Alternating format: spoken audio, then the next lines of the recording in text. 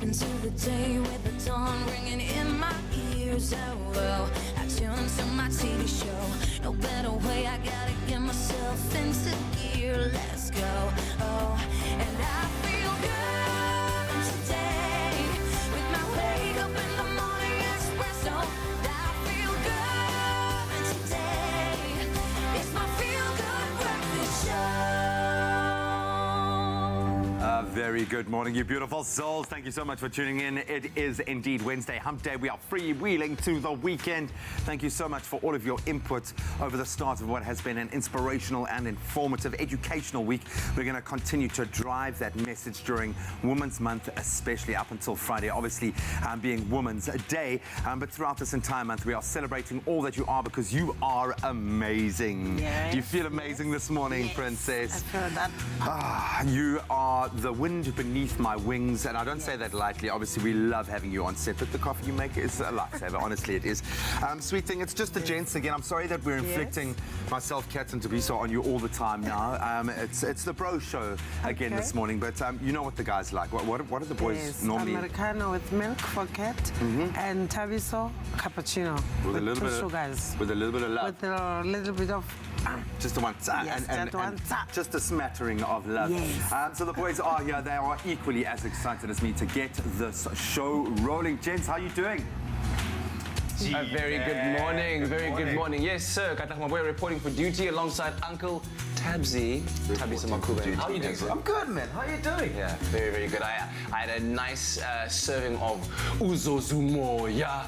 Moya this morning on the way to work, and it really the whole time since you walked in. Yeah, so you are definitely pumped and feeling like you're a part of squatter camp this morning. Don't you miss squatter camp? I do miss all of those iconic bands. I remember Slicker there, Harelo, man, she was one of my favorite people in the band. What a time, what a time. It feels like a long time ago, even though it wasn't that long ago. Bongo Muffins, Squatter Camp, the works, you name them. But listen, Giving away your age right now.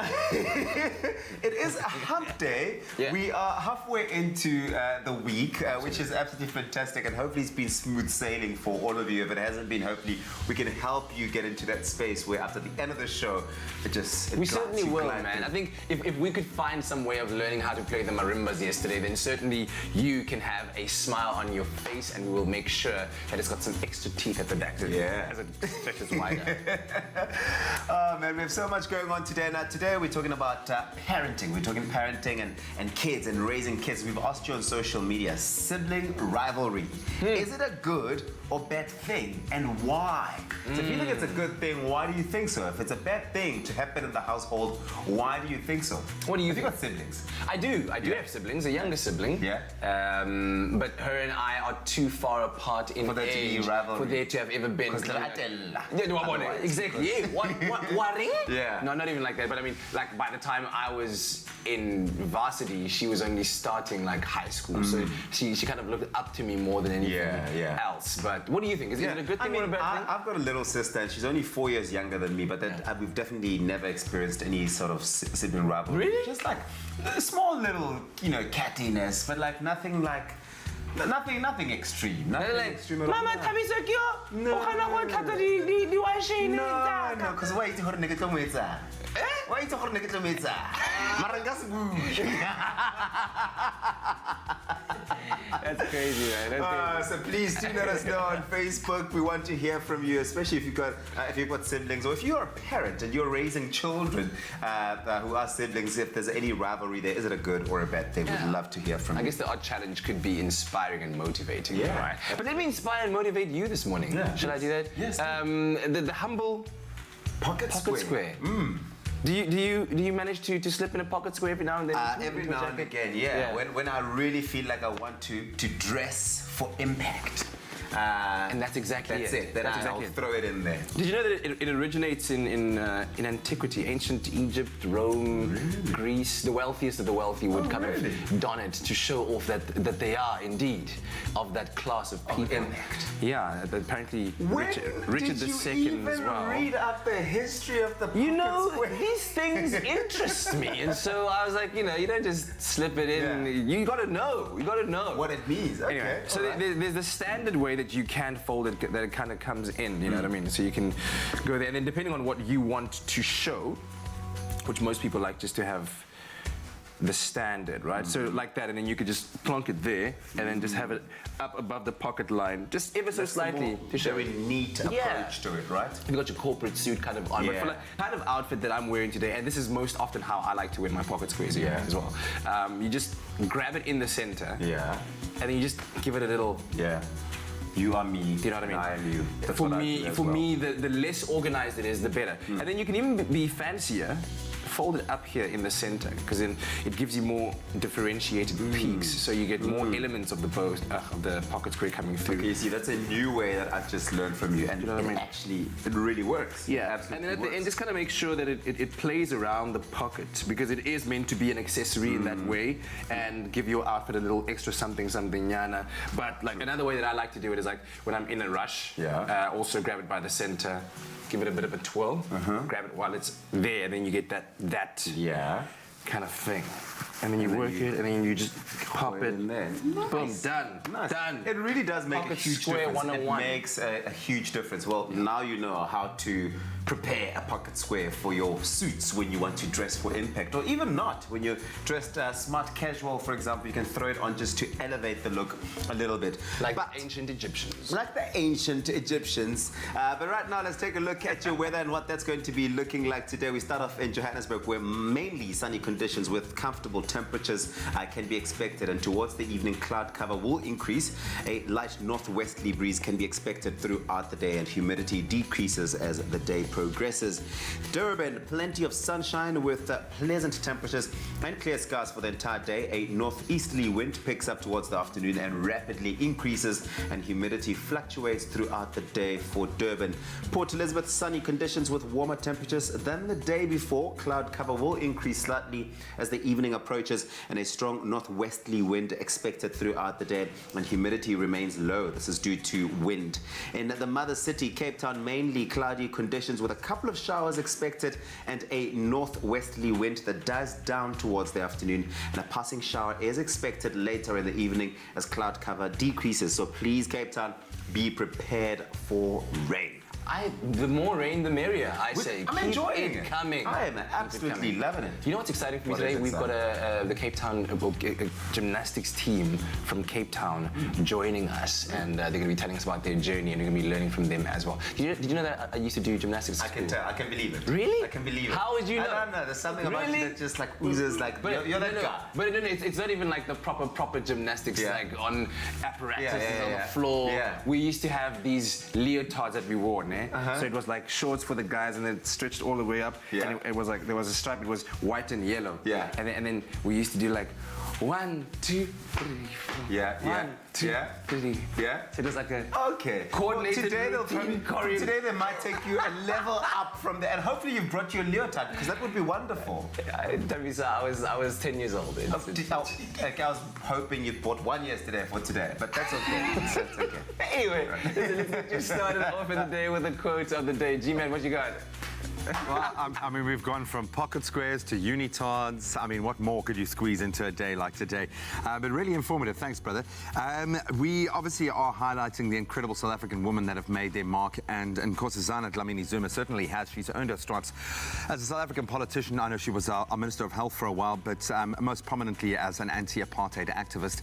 She was the Minister of Health under Dr. Nelson Mandela. I didn't know that she had actually run for the presidency of the ANC, but these words could not ring more true from my work within that social entrepreneurship space when dealing with women. And she had this to say: if you empower women, you empower the entire family, you empower the entire community. So if you're looking to invest and transform this country, look to our woman first. In my experience, you actually get twice as much out of investing in a woman when it comes to our communities than you do a man. So gentlemen, raise the stakes a little bit there. You've got some catching up to do. But ladies, thank you so much for your contributions, and hopefully that has inspired you to think slightly differently about the power that you actually do have. But it only comes when you're empowered. So do that for the women around you first and foremost. So on that empowering note, let's tackle our news headlines, see what the day has in store for us. Indeed, here are your morning news headlines. South Africa's largest financial union is threatening to disrupt the country's banking industry by leading its 73,000 members on a strike next month in what would be its largest industrial action in almost a century. The city of Cape Town plans to be the first municipality in South Africa to use drones as its eye in the sky for different purposes. 6 drone pilots have already been trained and a number of drones purchased. On the international front, the United Nations yesterday increased its aid appeal for Zimbabwe to $331.5 million to help it recover from drought that has driven millions to the brink of starvation, as well as a cyclone that hit the eastern regions earlier this year. Meanwhile, China yesterday issued a strong warning to Hong Kong protesters, saying their attempts to play with fire will only backfire. Hong Kong has now seen 9 consecutive weeks of anti-government protests. And finally, 8-year-old chess whiz Minentle Mia from Kutong in Gauteng's West Rand is to represent South Africa in the 2019 World Cadet Chess Championships in China later this month.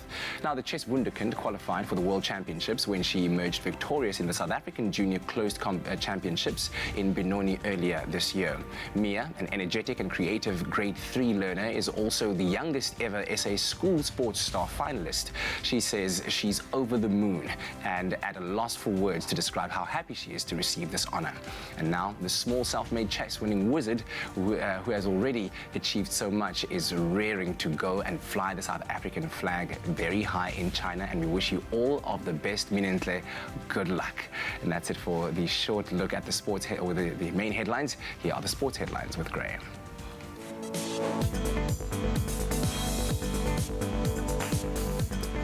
Couldn't agree more, Kat. Chess is indeed a sport. Now let's approach cricket. Massive ructions there, we know, over the last couple of weeks. And Cricket South Africa's new acting director of cricket, Corey van Zyl, has confirmed that Protea batsman Faf du Plessis will retain his captaincy of the South African team in the forthcoming 3-test series against India. In football, Tuesday night's PSL action saw Baraka FC's Gerald Perry Jr. Scoring the winning goal to guide his team to a 1-0 win over Bidvest Wits at the Bidvest Wits Stadium in Braamfontein. Staying with the beautiful game, former England and Manchester United forward Wayne Rooney has now been appointed as a player coach for the championship club Derby County in England, taking a 3-year contract.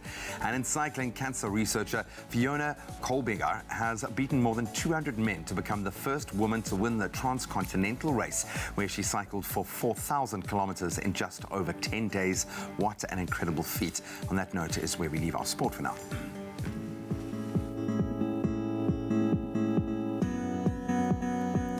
Thank you very much, Graham. Let's take a first look at your weather for across the country. But first of all, we take a look at your sunrise pictures that you have sent through. Michelle Prince sent us her beautiful sunrise from Port Elizabeth, where partly cloudy conditions can be expected with occasional sunshine and strong southwesterly wind, reaching a maximum of 17 degrees. Thank you so much for that, Michelle. Dobson Alan John sent us his sunrise picture from Trafalgar in KZN, where sunny conditions can be expected with pleasant temperatures and a light northeasterly breeze, reaching a maximum of 24 degrees. Enjoy that. And now we take a look at those temperatures across the country. Starting off in Polokwane, clear skies for you today.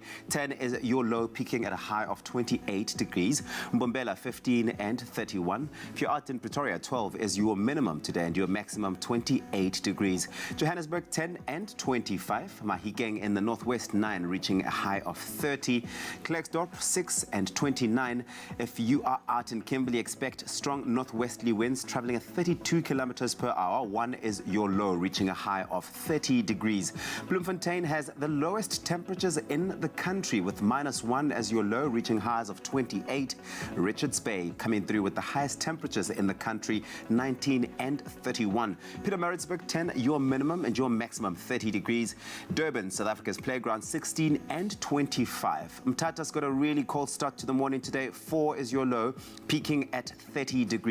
East London, 11 and 28. If you're out in Craddock, 2 is your low, reaching a maximum of 28 degrees. Port Elizabeth, brace yourselves for some high humidity today. Your temperatures, though, are 9 your low and your high 27 degrees. Sunny George, 8 and 22, and a strong northwesterly wind traveling at 39 kilometers per hour. For Sutherland, 3 is your minimum, reaching that high of 12. A windy day, though, and out in Cape Town, we've got a couple of showers expected at 9 is the low over there, and the high 15 degrees.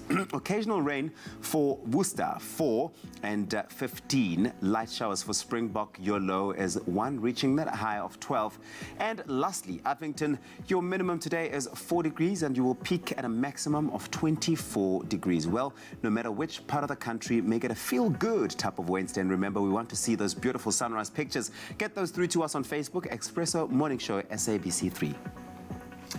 So I obviously had the great pleasure, it was quite a grueling day, I'll admit, but quite inspiring to be a part of the first round of actual auditions for Presenter Search on 3, the Expresso audition. So first of all, massive congratulations to everyone who made it through that, because there were a ton of entries. Absolutely. And then for those that stood out and shone on the day, and there were a number of them, well done.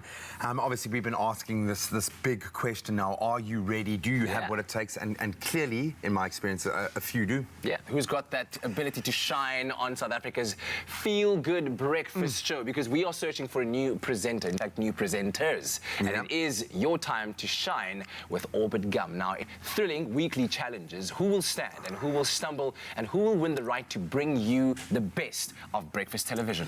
And we want only the best. So tonight at 7:30 on Presenter Search, can't believe it's actually here, the Expresso edition right here on SABC3. We take a bit of a walk down memory lane to find out what it was like for our presenter Tabiso, we know, who's been fantastic on the show since he's joined, to be a Presenter Search finalist. Jonathan Boynton Lee, Harmony, Raul Mornay, we know one of the standout guys that has been able to really use the platform, Fezim Kize as well, how they got to shine in the spotlight and how this show has changed their lives. And indeed it has. And we also get to meet the judges. Tando Tabete. Wow. Yes, absolutely. DJ Roger Good from 5FM.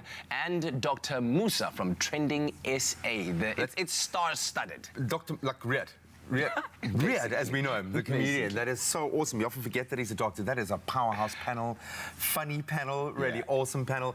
So the bottom line is, don't miss the very exciting first episode tonight, 7:30 p.m. right here on SABC3. Presenter Search on 3 is back for its 5th season, and this year it's all happening right here in the Expresso studio as we search for 2 faces to join the family on your feel-good breakfast show. Over the years, Presenter Search on 3 has uncovered some of South Africa's most prolific TV stars. So make sure you tune in on Wednesday, the 7th of August at 7:30 p.m. as we start the journey over again right here on SABC3, where the stage is yours. It's your time to shine with Presenter Search on 3 and Orbit Gum. Well, it is your time to shine, and the stage is certainly yours. It's all happening tonight on SABC3 at 7:30. Princess, are you ready to see what talent is out there in the country? Yes, yes. Well, in the meantime, I have already ordered a cup of your 100% Arabica. Yes. Cappuccino, please. Okay. Thank you so much. And who does that one? Who's that one for? For Cat. Oh, for Cat as well. Okay, perfect. I'll grab it for him. Let's taste this. You never get it wrong. Oh. You never get it wrong. Wow. We'll see you after the break. After the break, gymnastics and, of course, a bit of parenting advice. Stick around. Thanks, Princess. Thank you, Nana. Only the highest grade Arabica beans. McAfee, great coffee, simple. See you after the break. Only you can make my day.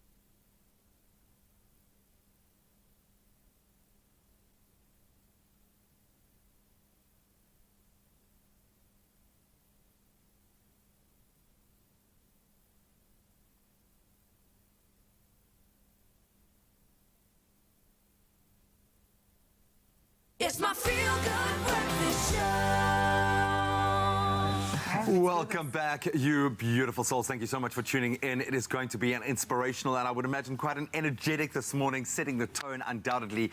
The team from Cape Town Gymnastics were flying the South African flag incredibly high in several international competitions during the month of July, pulling off some incredible achievements. So the World Jump Rope Federation hosts very high-level performance and competition all around the world. And Team South Africa skipped their way onto the top 3, bagging themselves a bronze medal at their latest competition, which is a massive achievement when you put it into context. And here to celebrate the success, not only of their rope skipping team, but the gymnastics, I think, brotherhood, sisterhood as well. Please welcome Warren, Donna, and Malusi from Cape Town Gymnastics. Guys, thank you so much for joining us this morning. Thanks, Malusi, well done, buddy. Hey, thank you. Where's the medal, man? Come on, I need medals. I need medals. You should all be wearing medals. You know, beauty queens walk around with their tiaras and their sashes. Guys, congratulations. It's no mean feat winning in something that is so competitive, and I know that gymnastics is incredibly competitive, every single discipline within that. But I'm going to start with you, Warren. Mail and Guardian's top 200 young South Africans for 2019, because of the work that you're doing in health science, kind of related fields specifically. How proud are you right now? To get personal validation is one thing, but to see the success playing out in this kind of space, how does that make you feel? I'm completely humbled. Thanks for the question. The Mail and Guardian top 200 is... Do you feel like that? Do you feel like it? I do. Thank you. It's an amazing achievement. The work I'm doing in sports science and exercise science, and tailoring programs to suit young people who have substance use disorders is really a passion of mine. And then also leading Cape Town Gymnastics and making sure that sport continues to take place in the communities is something that I'm completely driven towards. So the 200 Mail and Guardian top 200 is like a cherry on top of all of that. I'm putting you in the top 10, man. Nah, I'm man. putting you in the top 5, man. Thanks, man. Donna, because we know, we have proven that sport can change your outlook on life. It can change people's perceptions. Absolutely. It can change the way that you see the world around you. You took part in the Gymnastrada held in Dornbirn in Austria. And you have become an inspiration for, I think, not just women in sports, but do you feel that mantle? And can you give us a bit of context as how you got drawn to this level of competition? I think, firstly, I must say that being included in the team was quite a big deal for me. And I've mentioned this before because as a young girl, I was excluded from certain physical activities. Because you're an amputee? Yes. So being included in a team like this, where activities was adapted so that I can be part of it, to me, that shows the world that if you put your mind to it, you can. And I've got a hashtag that says, I can with one hand. And that is actually not just a hashtag, it's actually a demonstration. And it's a pity I'm not able to skip today because I have a costume on. But what I normally... You do look gorgeous, it's worth it. Thank you so much. Worth the sacrifice, what I normally would do, I would take the one handle off and tie it around the stump, and then I'll skip. And my motto in life is, just because I do things differently, it does not mean I haven't achieved my goal. And that's why I say the I can with one hand is, it's more of a demonstration. All of that being said, you still also have to be really good at what you do. So please take that on board. I do. You've got to dominate, and you really do in competition. Malusi, for people who aren't initiated with rope skipping, just how hectic is it? How proud are you of yourself for achieving what you guys have achieved now against international opposition? Rope skipping is quite a good sport. Actually, I started rope skipping in 2005, so I've been skipping since then. So rope skipping for me is quite a good sport, and I love it. So for us as a team to win at the World Champs this year, it was a good feeling for me, and the team is also happy. Being a part of a team like that, because you can feel the bond. I could feel, even there were a couple of you standing outside when I first arrived here this morning, and I could feel that energy. There is clearly a family here that you're connected to. How much do you care about the rest of your team, Mulusi? The teams, we care each other. Actually, like, we like each other, we support each other. Even though other person does not know a skill, we help him, and also he help us. I guess since you're an older brother in the mix here, just getting that sense. Guys, we're going to keep you around this morning so we can really explore and celebrate what you've achieved. But on the personal levels and on the bigger team level and on the national level, congratulations. Can we get a round of applause? We are in the presence of the champions. That's the green and gold I like to support. That's the green and gold. Eh? The winning green and gold. No, even the losing green and gold from time to time. I'm green and gold through and through, Tabiso. Okay, well, you're consistent. That's fine. That's Someone how I has to navigate be. my Someone has to relationship be. with the country. That's good. Okay. Speaking of navigating relationships, it does come with its ups and downs, and that goes the same for sibling relationships too. But is it that unrealistic for a parent to want their children to always get along with one another, like always? Well, this morning we're joined in studio by registered counsellor and mother of 3, Shanaz Moose, to educate us on this topic. Great to have you here with us. Good morning. Shanaz, Good morning, guys. I was just watching the dynamic play out between the two of you, and I'm thinking, nice tie into sibling rivalry. And it's exactly that. I mean, you can't expect two people to get along or agree. Or agree on the same thing all exactly. the time. So, I mean, then that takes me straight to my first question. Is it an unrealistic fantasy for parents to expect siblings to get along all the time?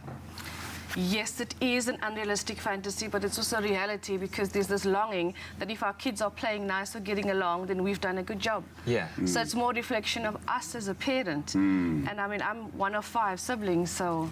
How was that growing up in a household with 4 others? I was jam-packed in the middle, so I'm your typical middle child. I'm a firm believer in birth middle order child playing syndrome, out, yes. So always wanting to be seen and heard and acknowledged is a middle child. Oh my goodness. So- Okay, so it's actually a real phenomenon. Yes. But let's talk about how a parent's behavior, because you just spoke about a parent's expectation Yes. that plays out in their children, but how their behavior can contribute to and sometimes maybe even worsen sibling rivalry or the existence of some negativity in that relationship. Yeah, you know, the one of the main things is the comparison that is detrimental. That we tend to unknowingly compare our kids, and then there's the quiet one, there's the noisy one, there's the well-behaved one, there's the unruly one. So there's these labels that go with it, and often we don't realize that we are putting our kids in boxes. And these boxes are forcing them to behave and then also resent a sibling who's in a better-looking box. So even when you think as a parent that this might be encouraging for you to say, why aren't you like your brother Tabiso? He's always there washing the dishes. You know what I mean? And that makes them feel, but am I as a person not good enough to gain your appreciation for what it is that I do? Yeah, and then they resent Tabiso. Yes, so I don't think the intent is to cause that. Yeah, It's more like to boost, but it has the opposite effect on self-esteem. That constant comparison will actually impact a child's self-esteem negatively. So when it comes to fights in the household, how can parents decrease fights between siblings and increase harmony in the household overall? Sure. I've got 3 kids, so I'm also, you know, I'm finding my way through that minefield. And what I found is that spending time alone with your kids is key to sort of reducing sibling issues. So each child feels loved and special by the time they spend with you. So you need to make the time to spend, you know, doing something that they enjoy, which is quality time, doing something fun.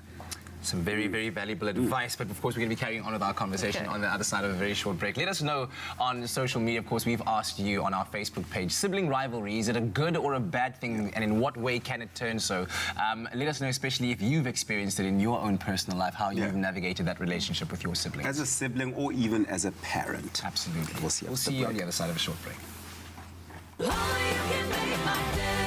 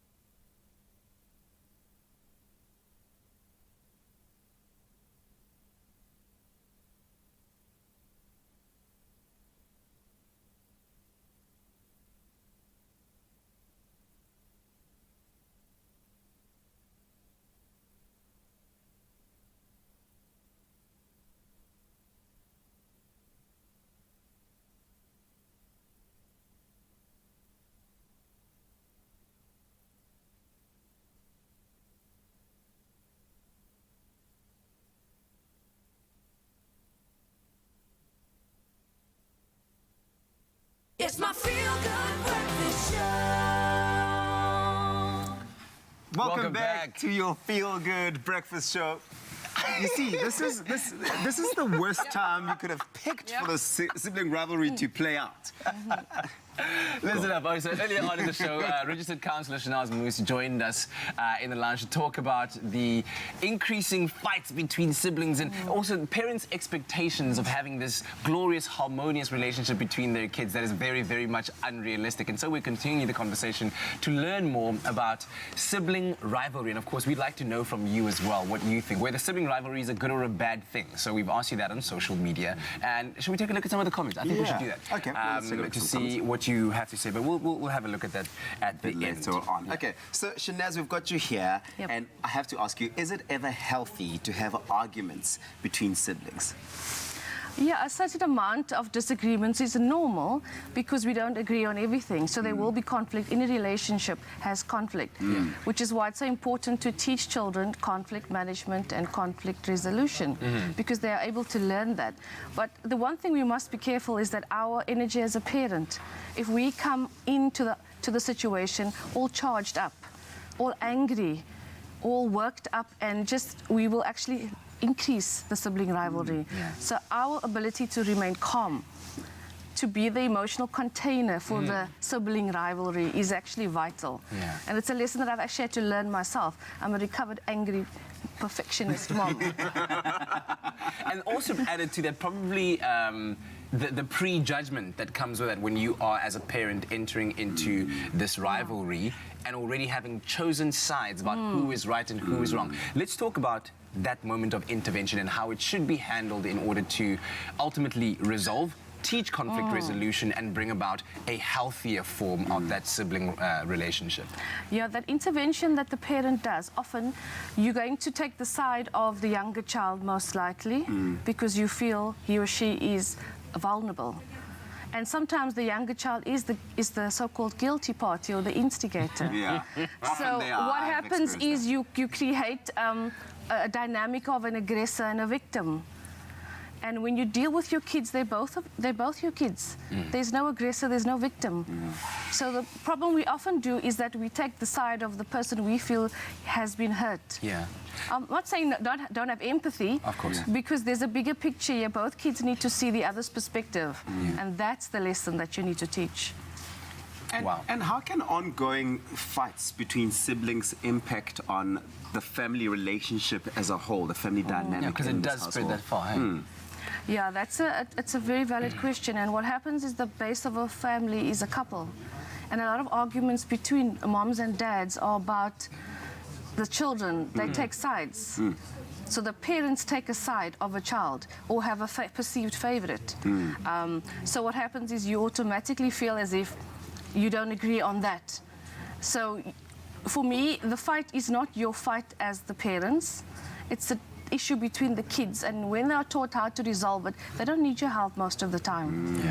And this teaches them to get along with other people, because in the workplace, at school, you're not going to agree and get along with everyone. So where do you learn to tolerate differences? At home. Your sibling rivalry is your battleground, your training. That's your minefield. You know, if you can get through that, you can manage anything. That's why it should come with there's like a parenting starter kit. It comes with a padded boxing ring that you can just plant outside. Okay, guys, go solve it. No, I'm joking.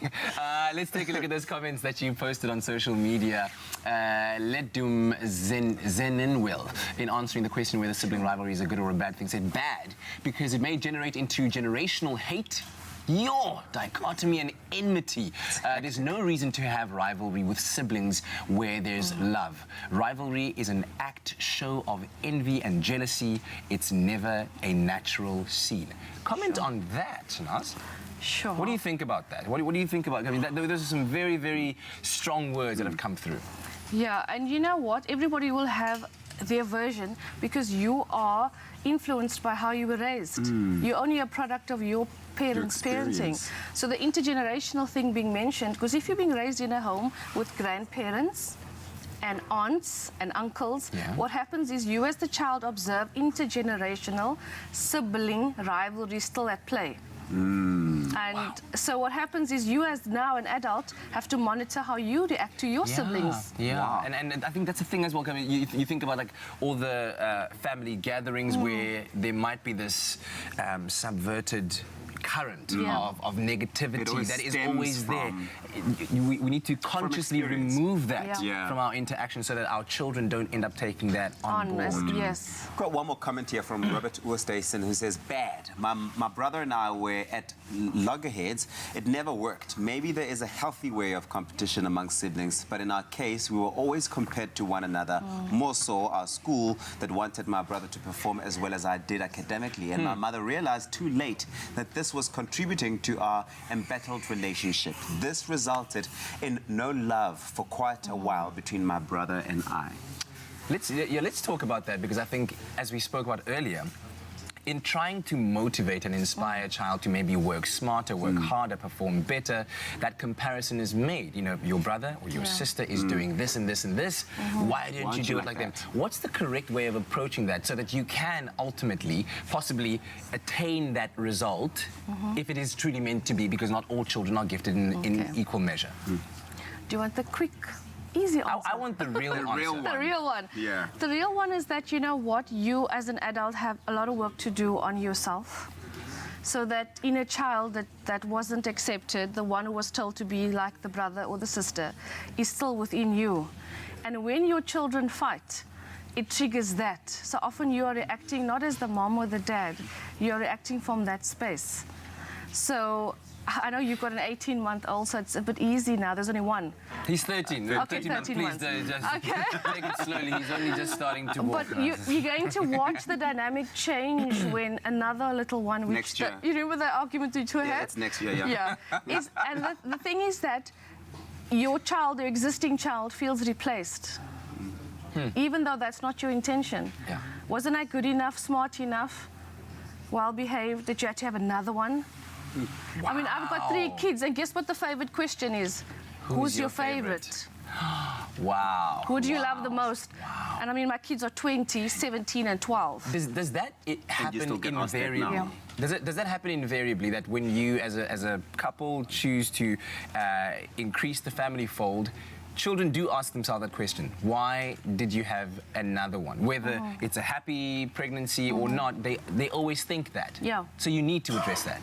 Yeah, and also that I think every person has a place in their family, and that sense of belonging that you get as a person comes from your family dynamic. Wow. So you have to make each child know their place, and the only way to do that and to answer the question is also to genuinely accept the child as they are. I have 3 distinctly different children, and I love them individually, not comparatively. So loving them in totality is what makes them feel they have a sense of belonging, and they're okay just as they are, not smarter, not this, not that, whatever. And it's a difficult one to live out. You think I'm just saying it, but it's living it. You are the family guru. She I is. wish I had you on speed dial and I could ask you Can every be question arranged. that Okay, we will definitely do that. In the meantime, of course, you can catch up with Shanaz online at happyconfidentme.co.za. But thank you very much for that enlightening insight that you offered on this topic. This is a big conversation and it still has to continue, and hopefully we can have you once again in the future. Well, go think about that and think about your contribution to the rivalry and the harmony that takes place in your household when it comes to who that. you are, Tana. And me. Wow. Don't touch my hair. You see, you guys? Just let it go. So we are obviously celebrating, reveling in the successes of Cape Town Gymnastics in a number of disciplines. We've seen some young gymnasts achieve incredible things. I've got Ishmael and Scout Lee are going to be giving us a demonstration of some incredible tumbling in just a moment. But I've got Jordan Loubser beside me. This is one of the few times you'll actually see him with his feet on the ground. Most of the time he is bouncing up and down. You're a gymnast, obviously, in the broadest sense, but Jordan, what is your discipline specifically? Well, I do 2 different types. The one's called double mini trampoline. I've been doing that since the age of 7. Wow. And you start with like a run-up, and you jump onto like a platform. It's kind of like this. And you jump on there, do like a flip or whatever, do another flip off, and then you land. it's marked on how neat you do it, the difficulty, and also like where you land on the mat and how well you land it. So basically, that's the most terrifying thing I can imagine doing as someone with my my fear of heights. That's awesome. And then you said the second discipline? It's called Euro trampoline. It is part of the Olympics. It's just pretty much a big rectangular trampoline. And the higher you jump, the more points you get. More difficult the jumps, more points, and also how neatly you do it. What's the coolest trick you can do in Euro, do you think? What are you most proud of? What's been the most difficult thing to master? I don't know. Because he's that good. He's that good, man. I absolutely love the fact that you guys are so confident, but you're also achieving amazing things as the bigger brotherhood, sisterhood of gymnastics. Are you guys ready to give us a little taste, a little demonstration of what it's all about? Jordan, thank you so much, my brother. You and I are going to step off. Congratulations on everything that you've achieved so far. Ishmael, Scout, it is over to you. Let's scoot off here.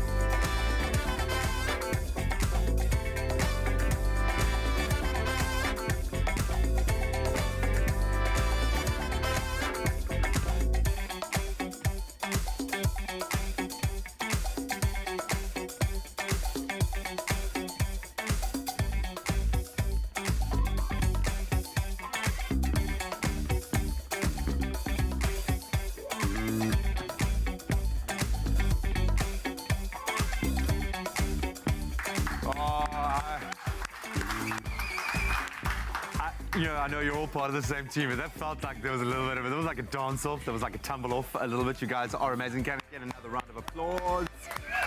You guys are phenomenal. I'm not going to make you talk after I've just got the blood pumping like that. That was really impressive to see you guys just go cold into some, and the sticking of the landings.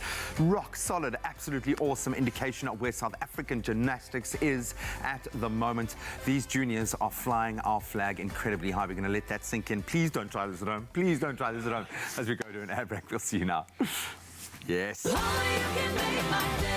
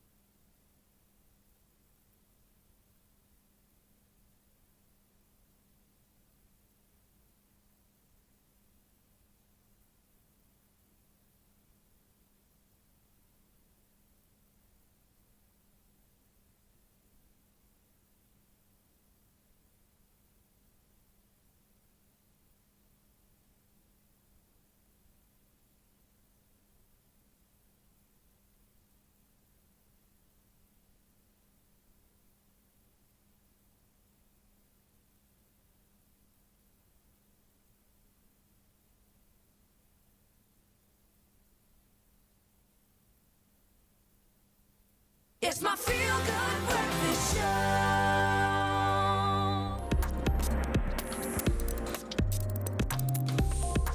Welcome back to it, your feel-good breakfast show, live, large, and in charge on this Wednesday. It's so good to be in your company. It's TikTok time right now.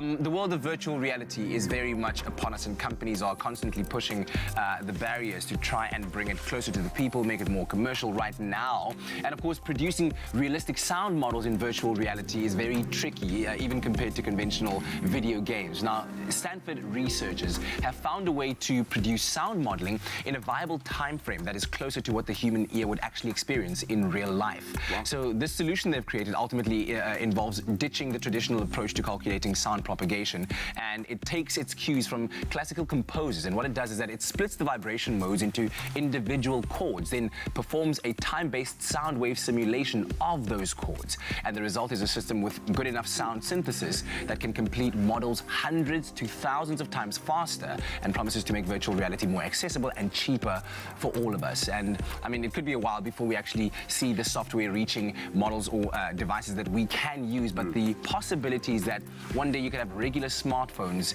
that have proper, full virtual reality capability. It's insane, because every time people speak about virtual reality, it always sounds like such a far thing. Yeah, it always sounds like something sort of exclusive to movie sets and researchers and all of that. But the fact that we might soon be sitting here with a tablet that operates in virtual reality in some way is quite... But the scary thing to me, I think I watched a movie with Bruce Willis, I think it's called Surrogate, wherein people are able to plug their bodies into virtual reality world, but then, let's say, live life. Because when virtual reality is done well, it fools the mind essentially into what is real, what is not. If by touching something here in virtual reality, something's activated on my hand to make me feel like I'm touching it, then what's the difference between really touching it and not touching it? There's no real difference. So where then do you live? Are you living in reality or virtual? In virtual reality? Something to think about. Now listen to this one. Audi e-tron scooters have entered the market, to everyone's surprise. Now, the electric scooter market is definitely hot, and we didn't expect one of the biggest car manufacturers to join the fold. Now, the German company will launch the e-tron scooter sometime in 2020, which is next year, to accompany its electric car range. Whoa. Now, this new product is a blend between a skateboard and a scooter. It looks like a normal skateboard with a handlebar like a scooter, though it can travel at 20 kilometers per hour and has a range of 20 kilometers. Okay, so now the scooter battery is built into its handle, where there's also a small display that shows you its remaining charge level. You also have some lights on the front and rear, including braking lights, and according to the car manufacturer, it will have Bluetooth connectivity as well, in for software upgrades, as well as more customizable riding experiences, which just sounds so exciting. Wow. Now, we know that e-bikes have definitely taken off in South Africa, but it will be interesting to see, I think, if something like this can make a splash. Something to use on maybe the Sea Point Promenade, for example, perhaps? Possibly. Is that what we could be doing soon? But now we've got like the bike lanes and the runners lanes. You're gonna need like an e-bike lane. E-tron lanes. E-bike lane as well. Yeah. For me, I don't know. Oh, man. If used like once in a while to kind of enhance your experience, if you've got like 5 minutes for leisure, and you still wanna hit the sea breeze and feel it, then cool. But on a normal day, if you've got an hour, rather go for the walk. Yeah, you know what I don't see it's people traveling to work and getting around the city in these quite yet, and especially because they're launching it next year. It's a bit too soon, especially for the South African market. I'm not sure if we're ready for that. I wonder how much it's gonna cost. Oh, more than the cars, I am sure. Like, are you ready to fork out like 200K for an e-bike? I'll jog, it's fine. Anyway, those are some of the stories that have piqued our interest on from the world of technology. Let us know what's gotten you talking, and of course, please do share those stories with us on social media, #Expresso Show. I'll jog in virtual reality. Oh. We all have one life. We want to live it to the absolute fullest and savor every moment with our loved ones. And when it comes to those long-term plans and the dreams for for our future, we often neglect to think that accidents can happen, and they often will. And when accidents do happen, they can leave us injured, disabled, and unable to work. Now, in the unfortunate case that an accident does happen, you want the peace of mind to know that you can still protect what matters to you and provide for your family. Vitally important for me as a relatively new father. So here to help us understand the importance of personal accident cover is Tracy Feeks from Standard Bank. Tracy, very good morning. Thank you. Welcome. I've been both loving and been very sobered by these discussions that we've been having with your team, because it forces us to broach some pretty heavy, big questions. And I, as a new father, this is something that I'm now really enjoying thinking about this, being practical about it. And it often starts with the actual definition. We don't want to think about the worst case scenario, but it's one of those things that you only generally think about after something has gone wrong. So let's start with personal accident cover and how you would actually define accident in this context. So accident, I think, is defined as it's something that's accidental, and personal accident is a cover that you would take out that would cover you in the unforeseen event that something would happen to you. And it provides cover for you and your family. So if you are disabled or permanently disabled, your family would benefit from that. And it's something that could either be a payout in the event that there was an untimely death for you, your family would benefit, or if you were injured, permanently disabled, it's a payout that could help you maintain what you needed to do for your family at the time of the accident.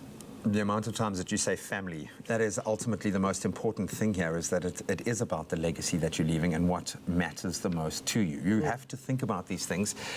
I think a lot of us get lost in the fine print. We think, okay, well, I'm covered. I've got car insurance. I should be fine. So what is the difference between essentially car insurance and personal accident cover? So personal accident is going to cover you, and it's going to benefit your family and your loved ones. Car insurance is only going to benefit your car. So if you were in an accident and your car was damaged, your car would be repaired. You wouldn't be repaired if you didn't have personal accident. And we make it sound that simple because it really is that simple. One part of the journey that I've loved walking alongside you guys is knowing how each plan, each kind of area of cover is tailor-made just for you and for what your lifestyle, what your needs are, what your dreams for your family and future are. So how do you know that you've got the right personal accident cover for you? What should we be looking out for, do you think? So I think you need to upfront determine what your needs are, what your affordability is in terms of the premium that you're wanting to pay, and what benefits you would be looking for. You could always speak to an advisor, shop around, get some information. But I think personal accidents generally give you a lot of basic cover, and then ultimately decide what works for you best and what you would look for and the benefits for your family again. What do you think is the most important thing to consider when looking at personal accident cover? Again, I think it comes back to the plan. It's the benefits. It's what benefits do you want? What payout would you like either your family to get, or what cover would you like in the event of a disability? And again, it comes back to affordability. So you could pay X, you're going to get a benefit of Y. So you've got to tailor-make it to suit yourself. Almost a bit like life insurance, but a easier underwritten product. And you guys make it a lot easier as well. So thank you so much for that. Hopefully this has started your process of empowerment, I'm going to call it. I am constantly re-evaluating where I am in my life right now. It's different to where I was 5 years ago and where I want to be 10 years from now. But having cover for these unforeseen moments is vitally important. Personal accident cover provides you with invaluable cover, which will give your family the financial security of a lump sum payout in the event of your death or permanent disability due to an unforeseen accident. And for a quote and a callback where you can get that education, you can SMS INSURE to 31492. And when you SMS, once that's sent off and you actually get the quote, you're also in the line to win one of 6 Samsung S10 smartphones. So get your quote today. Remember that all of those terms and conditions do apply, but empower yourself with the right knowledge and do it right now. Get an insurance quote and stand a chance to win one of 6 Samsung S10 smartphones. Simply SMS the keyword INSURE to 31492 for a callback and quote, and you could be a winner.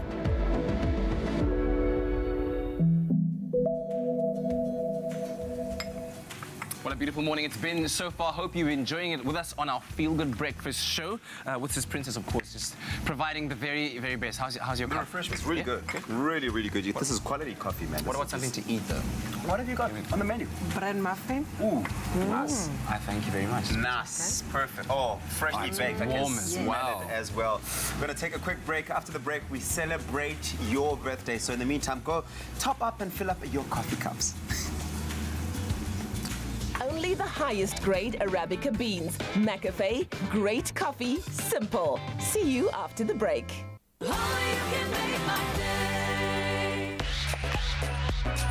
Hi, my name is Sabia, and I pretend to be other people for a living. Come find your smooth fame and fortune on Tropica Island of Treasure Carousel. To join me on the island, all you have to do is buy a bottle of Tropica, follow the entry details, upload a video of yourself telling me why you'd be my ideal partner. Upload it on social media, Instagram, Twitter, and Facebook. Hashtag TIOT9. And you could join me in paradise and find smooth fame and fortune.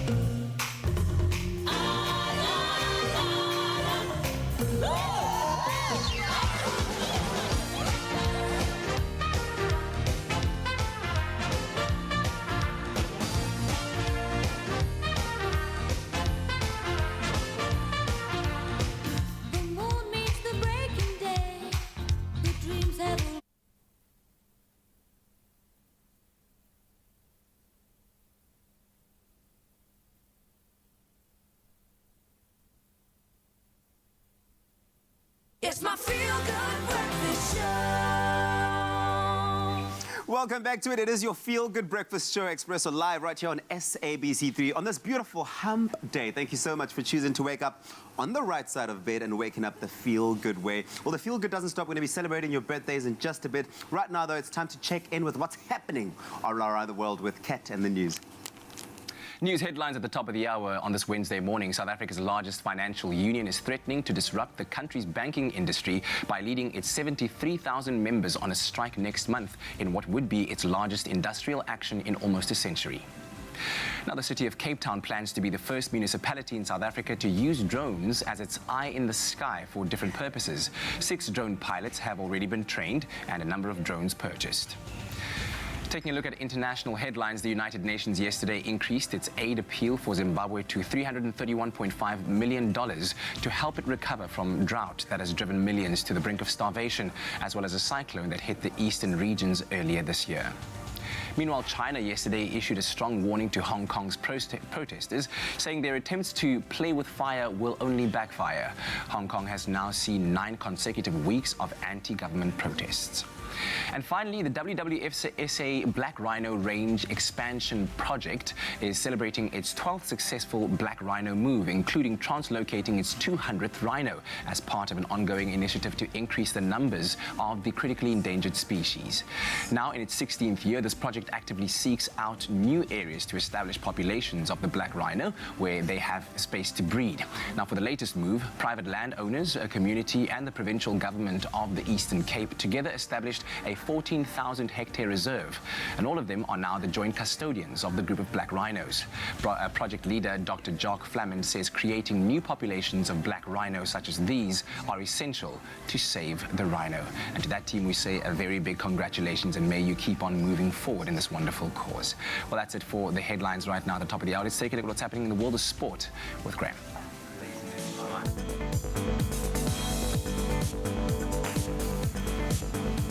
Let's start with our national news first. Cricket. South Africa's new acting director of cricket, Corrie van Zyl, has confirmed that Proteas batsman Faf du Plessis will retain his captaincy for the South African Proteas side in the forthcoming 3-test series against India.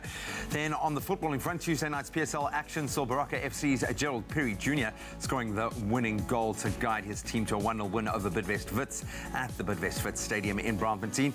Staying with the beautiful game, but a little further afield, former England and Manchester United striker Wayne Rooney has now been appointed as a player coach for the championship side Derby County in England, taking a 3-year contract.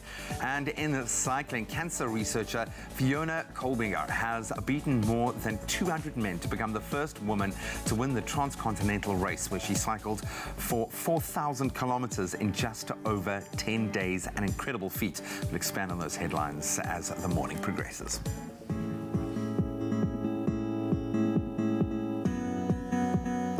Thank you very much, G. Let's take a first look at your roads this morning, starting out in Gauteng, Elderas Park, where there's been an accident on the R21 route between Irene Road and Nel Mapias Drive. Heavy delays can be expected, so please be patient on the roads this morning. In the Western Cape and Century City on the N1 inbound, there has been a multi-vehicle accident before Sable Road, obstructing the right lane, so please do approach with caution. And off to the train lines, the T0101 train is delayed at Deep River due to defective sets. Commuters are advised to listen for platform changes between Steerhof and Heathfield. That's where we leave it for now. The next report will be in just over half an hour. Don't fear the flu. Boost your immune system with Effaflu-C Immune Booster by Pharmadynamics. Effective, affordable healthcare. And now we take a look at your weather, but first we've asked you to send in your sunrise pictures, and Ntokozo Makatini sent us his sunrise from Johannesburg, where partly sunny conditions can be expected with nice and warm temperatures reaching a maximum of 25 degrees today. Nancy Govender also sent us her sunrise picture from Umkomazi out in KZN, where plenty of sunshine can be expected with pleasant temperatures and a light northeasterly breeze reaching a maximum of 25 degrees. Thank you so much for those pictures. Now we take a look at those temperatures across the country, starting off in Polokwane, where clear skies can be expected, a low of 10 reaching a high of 28 today. Mbombela 15 minimum and your maximum 31 degrees. Pretoria 12 and 28. If you're out in Johannesburg, 10 and 25. Mahikeng 9 is your low today, reaching a high of 30 degrees. Klerksdorp 6 reaching a max of 29 degrees. And if you're out in Kimberley, expect some strong northwesterly winds traveling at 32 kilometers per hour. Your low is 1 reaching that high of 30 degrees. Bloemfontein comes through today with the lowest temperatures in the country. -1 is your low, reaching highs of 28 degrees. And the highest temperatures in the country, that's Richards Bay today, 19 and 31. Pietermaritzburg 10 and 30. If you're out in Durban, 16 is your low, reaching a high of 25. You've got a really cold start to the morning for Mthatha today for your low and your high 30 degrees. And East London has 11 and 28. If you're out in Craddock, expect high humidity at 2, your low reaching a high of 28. High humidity also expected for Port Elizabeth, 9 and 27. George, your temperatures 8, your low reaching a high of 22. Strong northwesterly winds traveling at 39 kilometers per hour. That's Sutherland today, 3, your low, reaching that high of 12 degrees. It's also windy there today. Cape Town, Mother City, it's rainy, a couple of showers expected, 9, your low, reaching a high of 15 degrees. Occasional rain for Worcester, 4, your minimum and your maximum 15 degrees. Light showers for Springbok today, 1, your minimum and your maximum 12 degrees. And lastly, but certainly not least, Uppington, you'll start off today at 4 minimum and your maximum is 24 degrees. That's where we leave it for now. The next report will be in just over half an hour. Remember to send those beautiful sunrise pictures through using the hashtag Expresso Show. Happy birthday, a very happy birthday to you.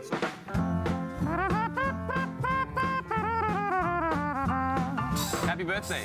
That's your birthday tune. I add a little hi-hat there. I heard that. That was very nice. All right. Of course, every day we love celebrating your birthdays, and it's time to do so right about now. Let's do it. We've got a ton to get through, and we love that because that means someone out there absolutely loves you. Let's start with this gorgeous young soul. We'd like to wish our beautiful daughter, Mishane Pillay, a very happy, sweet 16th. May the Lord keep blessing you and make you as sweet and innocent as you are. Thank God for trusting us with your life. We love you, Angel. Have a blessed day.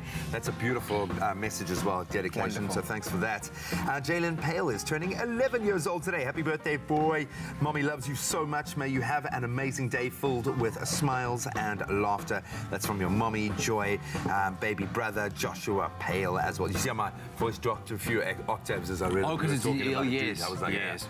Okay, yeah, man. Also, happy blessed 100th birthday to Ma Africa. What? How did this just like fly under the radar? Wow, thank you for all your love, your care, your prayers over the years. We're wishing you more health. Enjoy your special day. And this is from the Tretton family and the Church of the Nazarene Congregation. You've literally just taken his breath away. That never happens. That never ever happens. Mama, a centurion. Bless you. A centurion. Can we get a round of applause for the centurion in the house? That is so special, absolutely special. Yeah, and then also happy birthday to Nosh Donza today. Hoping you have a wonderful day and many more years to come. And this is from your uncle and the Donza family in Graafrenet. We're getting a lot of shout-outs from Graafrenet. Yeah. Shout out to you, Graafrenet. Yeah, the massive, man. Absolutely love it. So, a happy 43rd birthday, but you feel incredibly young right now. To the beautiful sister, Nodleen, wishing you a day filled with happiness and a year full of joy. May God bless you. That's from your brother, John Nodleen. Happy birthday. And a happy birthday to our handsome cousin, Traden. We hope that you have an awesome day. We love you lots. That's from your cousins, Taisha and Tyrell. Spider-Man. Oh, Traden. Hey, buddy. Then happy 43rd birthday to Mr. Kosi Mudise. May the good Lord continue blessing you with wisdom, good health, and many more years. And this is from Made Limoloto. And then Aletta has just turned 57 years today. And we're wishing you a very happy birthday filled with blessings. May the good Lord spare you many more. And this is from your daughters, Michelle, Shanae, and grandchildren, Monrico and Melanie. Love you. Love you too. And then I don't know who this is from, so it's going to be from me. Dismelo Mapena, you've just turned 40 years old today. Wishing you a happy 40th birthday. May you grow bigger and better in health and always stay beautiful and true to yourself. Love you. I don't know who that's from, but I'm going to say. Just know that that's from somebody very special in your life. Yeah, man. Who love you, Dismelo. And then happy 27th birthday, lastly, to our daughter, Vidat. Enjoy your day. Stay awesome, dear. And always remember that we love you very much from Mom, Dad, and the rest of your family. I feel the love. Absolutely. Thank you very much for those pictures, for the love you've shared, and wishing happy birthdays. In fact, if you'd like to do so, wish a loved one a happy birthday, you can send those birthday dedications to birthdays@cordova.tv with a picture. Or even better, how about this? Send a personalized birthday message video, okay? Ma Africa deserves that on a 100. Come on. So you can do that. Record that video about 15 seconds long and then send it to 071-640-6551. That number one more time. 071-640-6551. And make someone's day truly, truly special. And if it's your special day today, happy birthday. Well, we're about to take your hump day to a whole new level, bringing a pop of color into your living room. They are the Western Cape Gymnast Strata team. They're going to be giving us a performance that is absolutely mind-blowing. Take it away, ladies.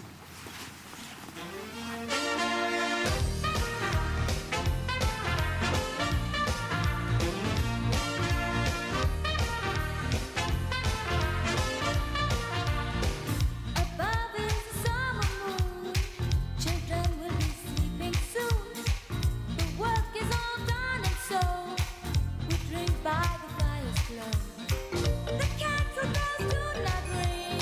The night birds begin to sing.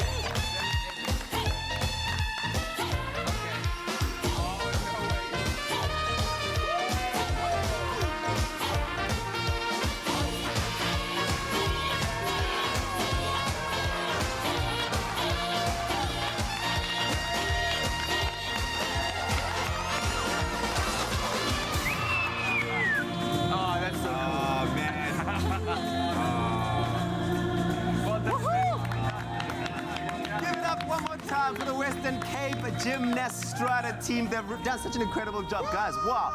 I'm standing there on the edge, almost joining in the whole time, but I couldn't do what you guys do. Let us know what you think of their performance on our Facebook at Expresso Morning Show SABC3. They've done such an incredible job representing us in the province, but also done an incredible job representing us all over the country. We're going to take a break while I learn this.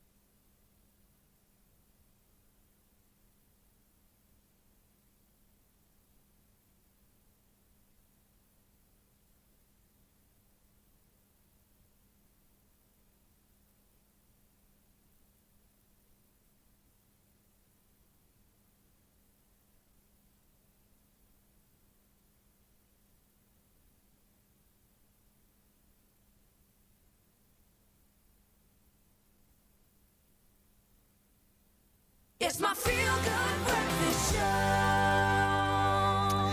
Welcome back after what has been an incredibly energetic start. Let's chill ourselves out just a little bit. I think one of the most popular holiday destinations undoubtedly on the planet. We've all heard about it, some of us have been lucky enough to go there, not me as yet. It's Bali. It's known for its incredible landscapes. We know that iconic rice paddies and vibrant coral reefs. One of the ultimate destinations, things undoubtedly on a lot of bucket lists out there. It is a traveler's paradise. And this coupled together with exploration of Asia's electrifying cities, awe-inspiring beaches, you have got a recipe for a luxurious and awe-inspiring holiday. It's an adventure, yes, but it's an opportunity to, I think, taste the ultimate best of the good life. And of course, we are loving the fact that we have the opportunity to take these incredible voyages with Imagine Cruising. Paula has been able to take us on a Mediterranean exploration or an adventure, if you will, then the ultimate adventure to the Northern Lights. Blown my mind. We have tasted Asia in a completely different way, taking us to some of the most iconic sites. This is a very different prospect. Why are you so excited about Bali as being the core of this? I don't know, it's not just one destination. We're going to cover a lot of ground, but why? What is different about this, do you think?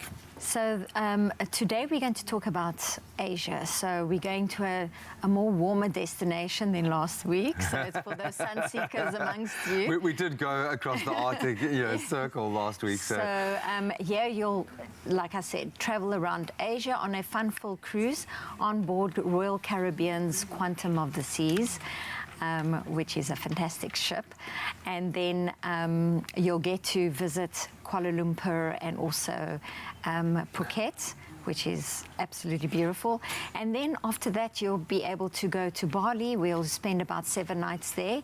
The nice thing about this is that it's a perfect choice of holiday for so many. So this activity-packed Quantum of the Seas ship would be perfect for your families, and then the romance in the island of Bali, that is ideal for your couples.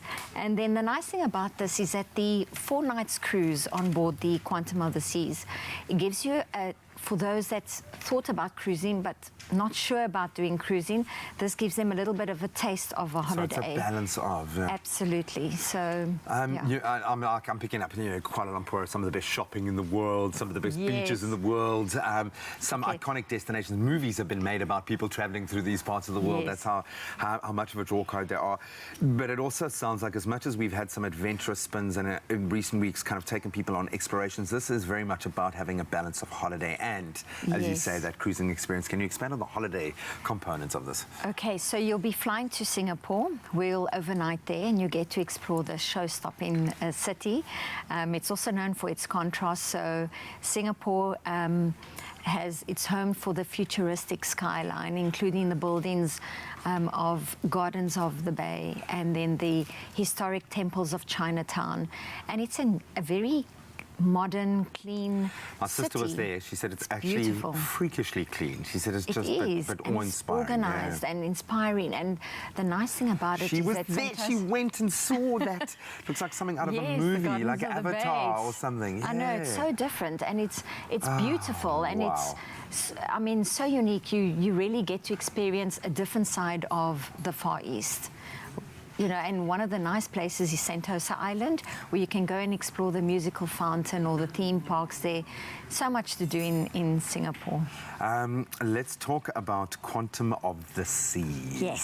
So because very often with the cruising, the ship itself is the star, and I think what you are able to do on these ships now compared to even kind of 5-10 years ago is mind-blowing.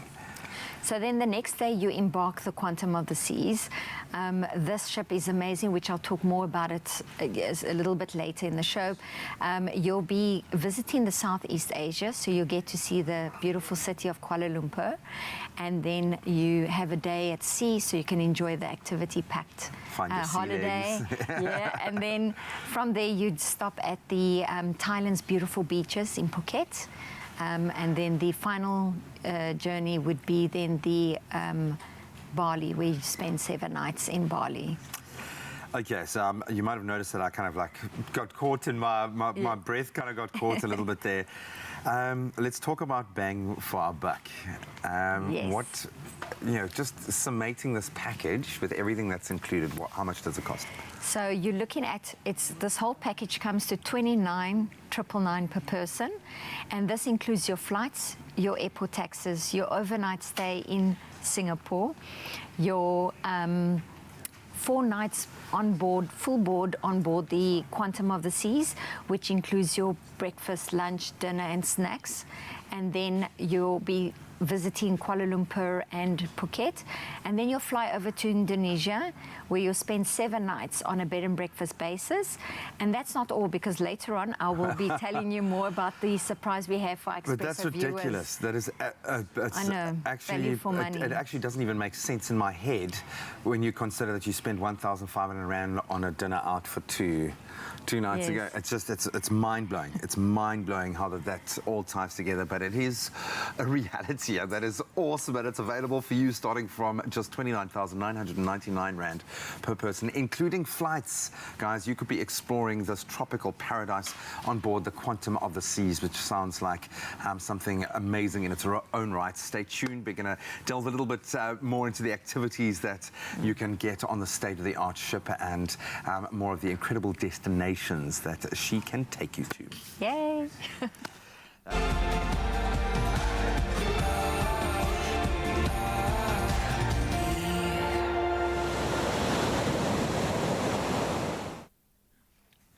Now, recently named one of the top 8 women who are changing the world for animals through food, Tammy Fry is an avid CrossFitter. She's a karate champion, self-defense coach, a surfer, a businesswoman, mom of 2 young boys, and wife and general superwoman. And it is only fitting that in the days leading up to Women's Day that we have such an inspirational powerhouse of a lady in studio. Ladies and gentlemen, please welcome Tammy Fry. Come on.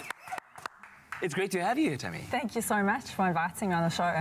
And congratulations on the achievement. One of the top 8 women that are changing, or people that are changing the world for animals through food. That must be quite something for you, especially given your journey. I mean, how special is that achievement for you? I mean, it was a surprise. I didn't really know about it. I didn't enter a competition. I was just advised.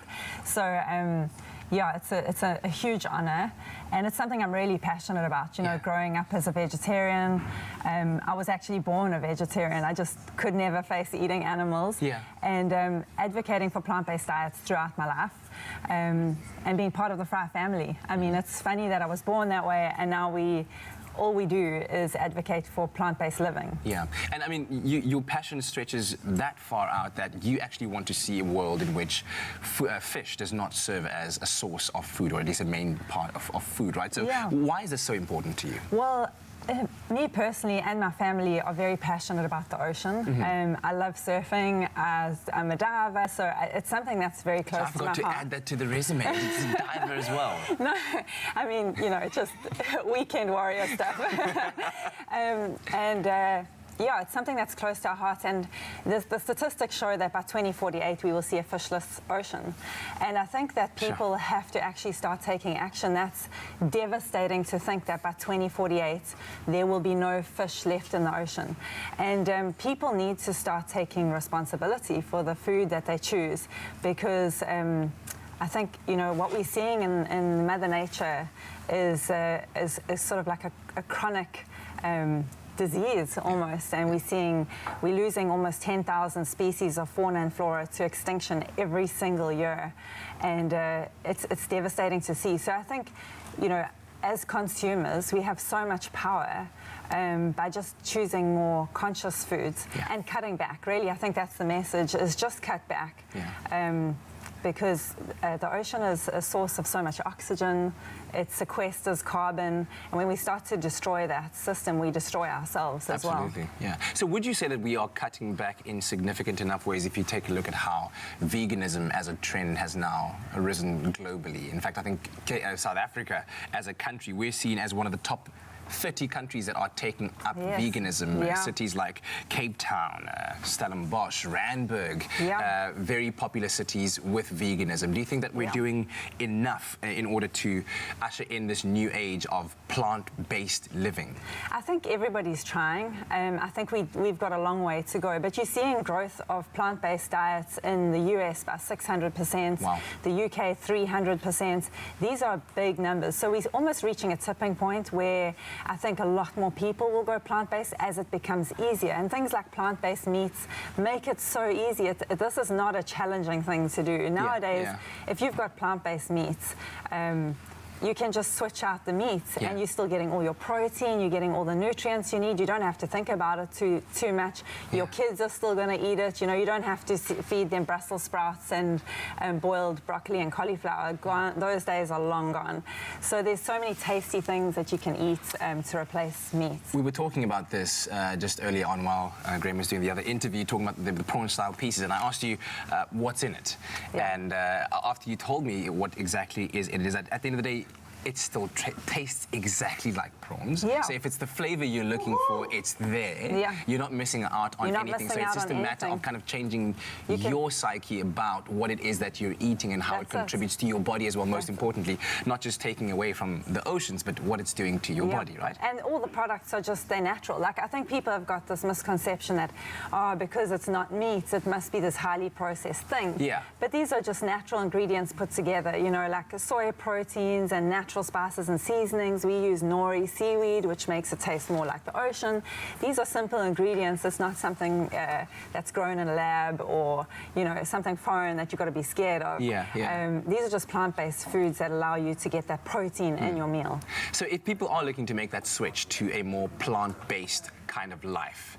What are some of the tips that you can share with us in order to start that process? Because it can be quite daunting. Yeah, I think just doing things like meat-free Mondays, starting with 1 day a week and extending that, learning new recipes, jumping online, and I mean, I've got a blog with recipes. There's plenty of blogs out there that you can follow to be inspired. Buy yourself a vegan cookbook and just start getting inspired to change what you're cooking at home, and make it simple and easy. So don't try and, you know, produce some MasterChef meal when you do plant-based. Just keep it simple so that you don't get overwhelmed early on. And I always say eat a wide variety. So try and get as many plant-based foods as you can, different fruits and different vegetables. Fantastic advice, Tammy. Thank you very, very much. And of course, don't go anywhere because we'll be right back with Tammy to fry up some plant-based goodness in our kitchen.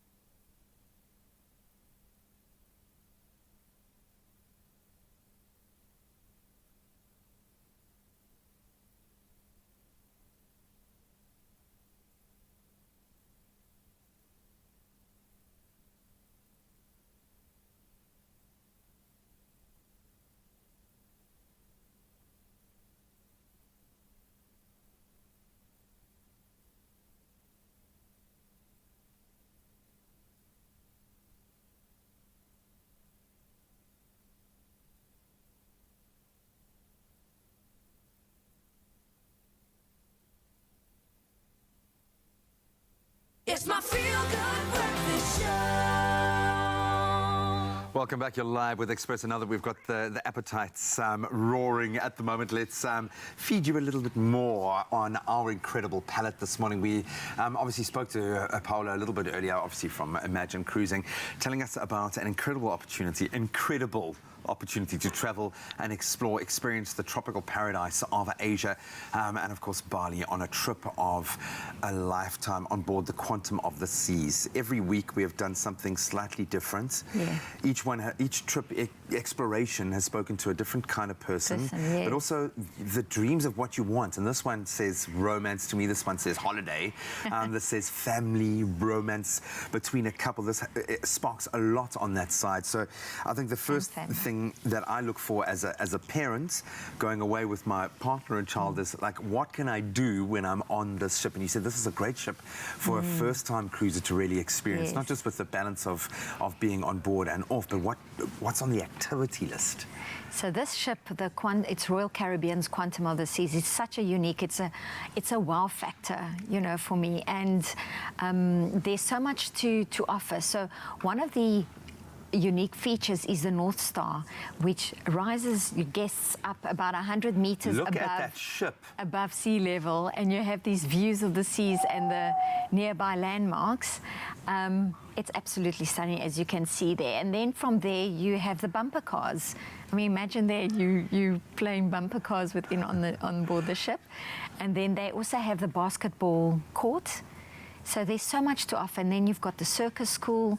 You can even go skydiving on board the ship and surfing. So you can go on the flow rider and go surfing. Okay, so I'm covered. What about the young people?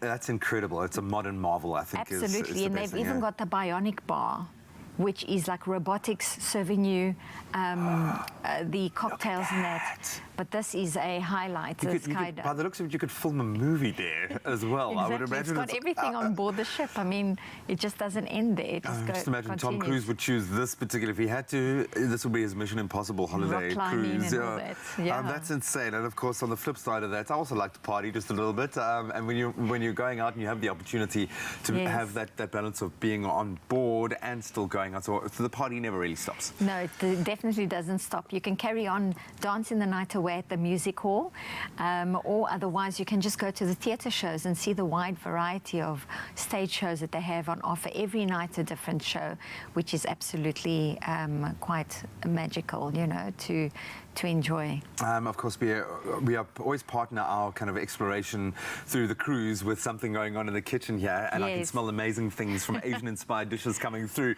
permeating already. A big part of a cruise offering is what you can dine on. What is the kind of dining foodie lineup like?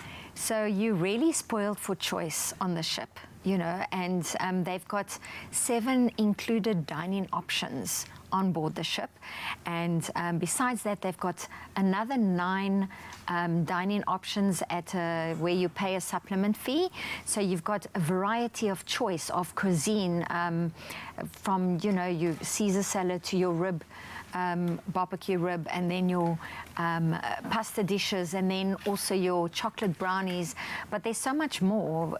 For example, you've got the Seaplex dog house, and there you can have a gourmet hot dog, or otherwise you can go to one of the nice ones is the Wonderland, the Dadong Wonderland restaurant, where you have the innovative Asian cuisine. Almost like a taste kitchen. And then, of course, you've got the signature chef's table. So you're really, again, spoiled for choice. That's well over 10 different restaurant dining options. You'll have to do a lot of exercise after that on board the ship. Yeah, maybe a little skydiving and basketball. The destinations are a big part of being able to cruise. That's the joy of it, is you're kind of on a floating resort that takes you to a number of places where you can step off and taste the likes of that. The culture, the history, the beaches. What destinations do you visit? So on board the cruise here, you get to actually stop at Kuala Lumpur, which is a vibrant city there. There, one of the landmarks is the Batu Caves, which is an impressive series of caves, and also the temple caves, and it's also guarded by this gold Marungan, as you can see the Marungan statue. Look at that in scale. It's so unique, you know, and different. Again, very cultural. And the nice thing about it as well is that Asia is known for your food, so you can also go, I'd recommend go to Jalur Alur, where you can actually get to have the best street food. I was going to say, taste surely some of it's got to be street food. Leave the restaurants for the ship and go and get the street food when you're there. And then from there you have a day at sea, where again you go explore this wonderful ship, and then you get to the beautiful Phuket, Thailand's largest island, and there you can see the beautiful beaches, you can actually just relax, and then for those culture vulture, you can actually get to visit the temples that they have around there. One of my favorite ones is the Big Buddha temples that, you know, it's spectacular and it's huge. It's really nice. Absolutely amazing. The images, I mean, you can't replicate a blue like that. And then from there, you've got the last part of your journey, which is your Bali, where you spend 7 nights in the beautiful island of Bali. In paradise, it really is paradise. I mean, this has ticked so many different boxes. It's absolutely amazing. The price is insane. And of course, you have an opportunity right now to contact them, 0861 777 245. Get in touch with the consultant at Imagine Cruising right now. Start asking those questions, because this is available to you, and it's available right now, and it's an opportunity that I think you cannot miss out on. Incredible.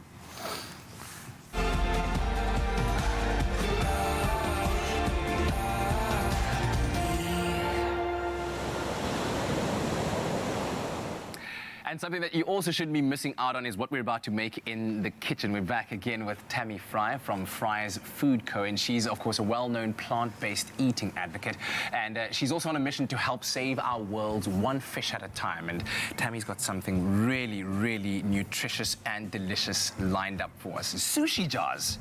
Yeah, we just sort of deconstructed some ingredients from sushi, and we've added a plant-based battered prawn-style piece. And it's just amazing.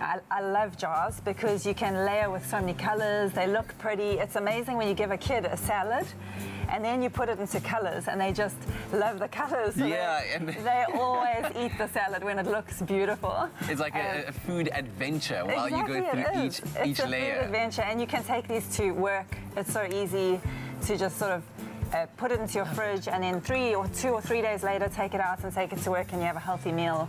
And so easy to do. Excellent. So take us through the ingredients, and as you do that, you'll let us know about the nutritional value that you are going to be benefiting from. Yeah. So I like to replace rice with quinoa because obviously quinoa is an ancient grain and it's high in protein. Yeah. So it's also a complete protein. So if you're cutting out meat, you want to be getting all your essential amino acids. And quinoa is one of those foods that has all the essential amino acids. You don't have to worry about missing out on anything or not getting the right amount of protein. It's almost the basis of plant-based living, if you will. Quinoa, that's where you need to start. Stock up on that. Oh, yeah, stock up on quinoa. It tastes great. It's got like a nutty flavor. I have added sushi rice vinegar to that just to give that sushi flavor. So it's very easy to do. It takes 5-10 minutes to cook. And then we're going to use purple cabbage. Purple cabbage is very rich in antioxidants, so just eat up those free radicals and cancer-fighting food. There we go. I always add a bit of salt to red cabbage because it softens the cabbage up. So you just massage because it can be quite tough to crunchy, eat. and some people prefer that texture too. Yeah, cabbage can be pretty tough. So we just add a bit of salt and it softens it up a bit. And then we just layer it in. And this is like, go for it, guys. Like, you know. You can even leave some of the pieces on the side there if you're going to be grabbing it. I'm food styling here, food styling 101. Okay, and then we add carrots, and everybody, since you were little, you've been told, eat your carrots because you'll see well in the dark.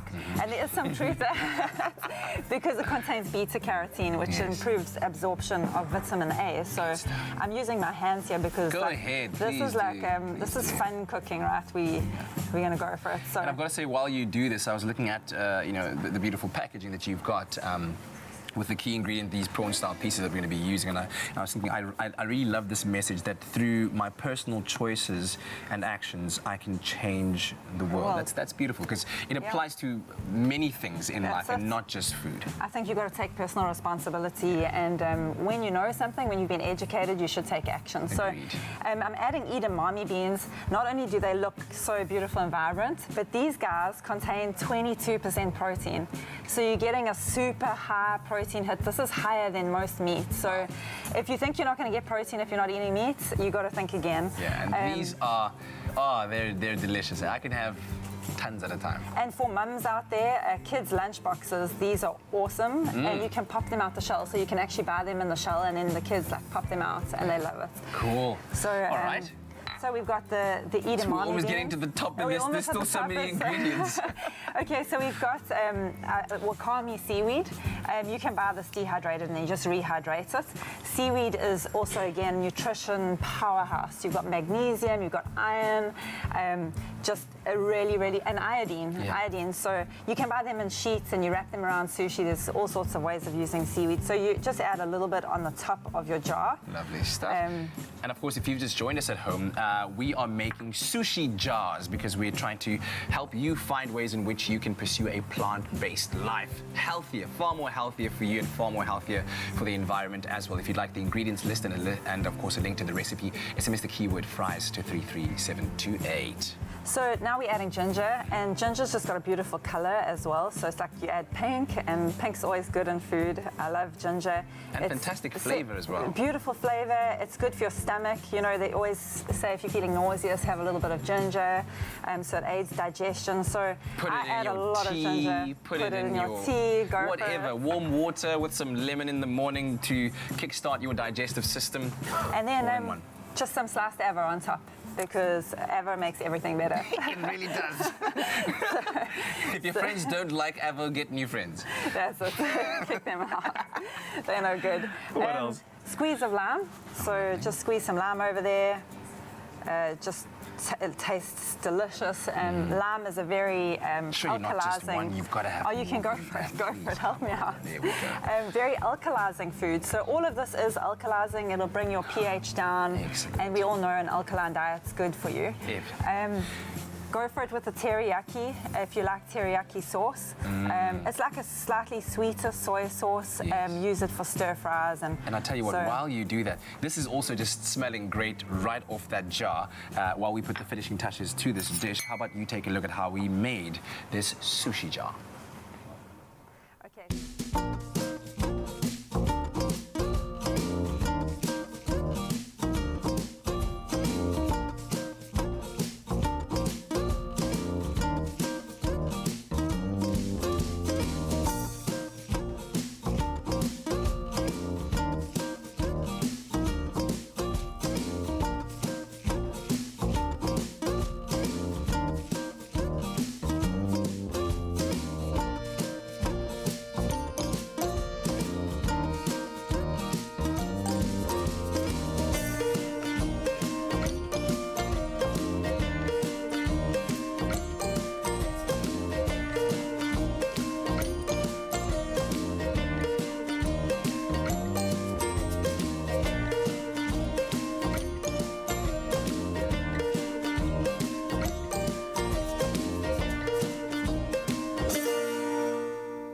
So there you have it. You can SMS the keyword fries to 33728 and we'll send you what you need in terms of an ingredients list and a link to the recipe so you can make your own fries sushi jars. So how are we finishing this off? So I'm adding a wasabi cashew cream. Go ahead. It's really easy to make creams and cheeses with cashew nuts. So you just have to pre-hydrate, let them soak overnight, and then you just whiz them up with some wasabi and some lime maybe. So I just add this on top. This is really great for dipping the prawns into. So we'll just put a little bit of that there. I have loaded this one. This one's like fully loaded. And then we take the prawns and we just skewer them. And we can just stick them in here, right? Just Simple to as make that. them look more presentable. Well, Instagrammable. Like, it's all about Instagrammable food. And from a nutritional point of view, what are we getting from these prawn-style pieces? So you're getting hits of protein.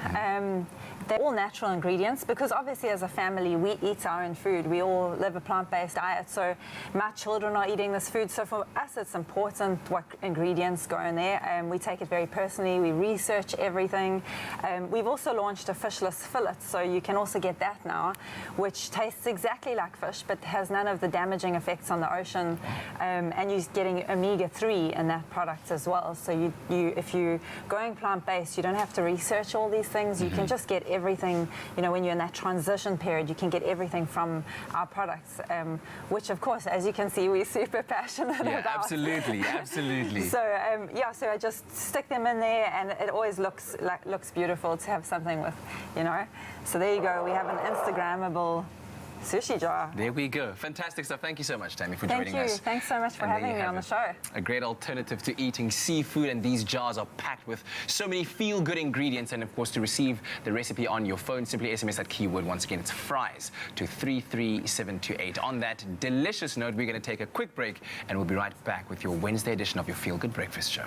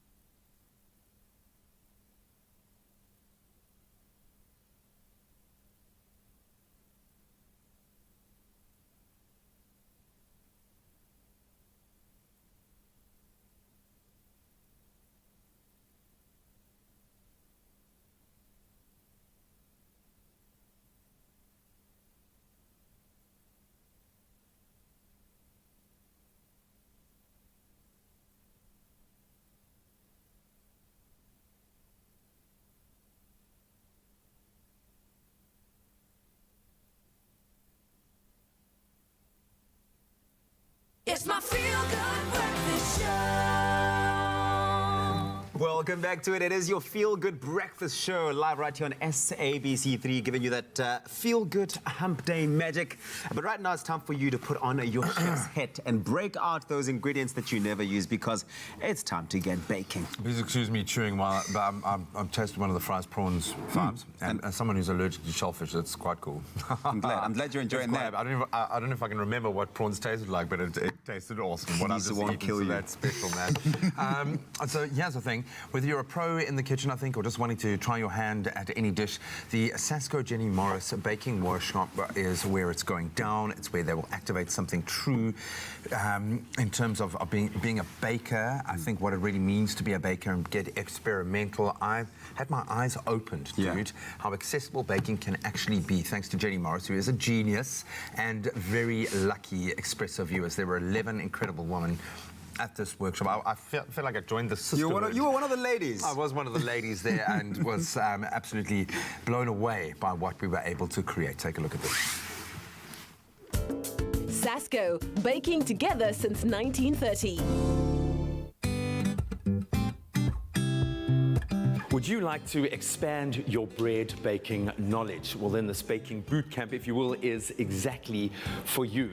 Anyone, and I mean anyone, even those of us who don't have a basic baking knowledge, can learn to bake bread as long as we get the techniques right. And today, Sasco and our superstar Jenny Morris are going to give us the secrets to creating the most delicious bread, some pretty cool recipes, along with some truly phenomenal women. Ladies, are you ready to start baking?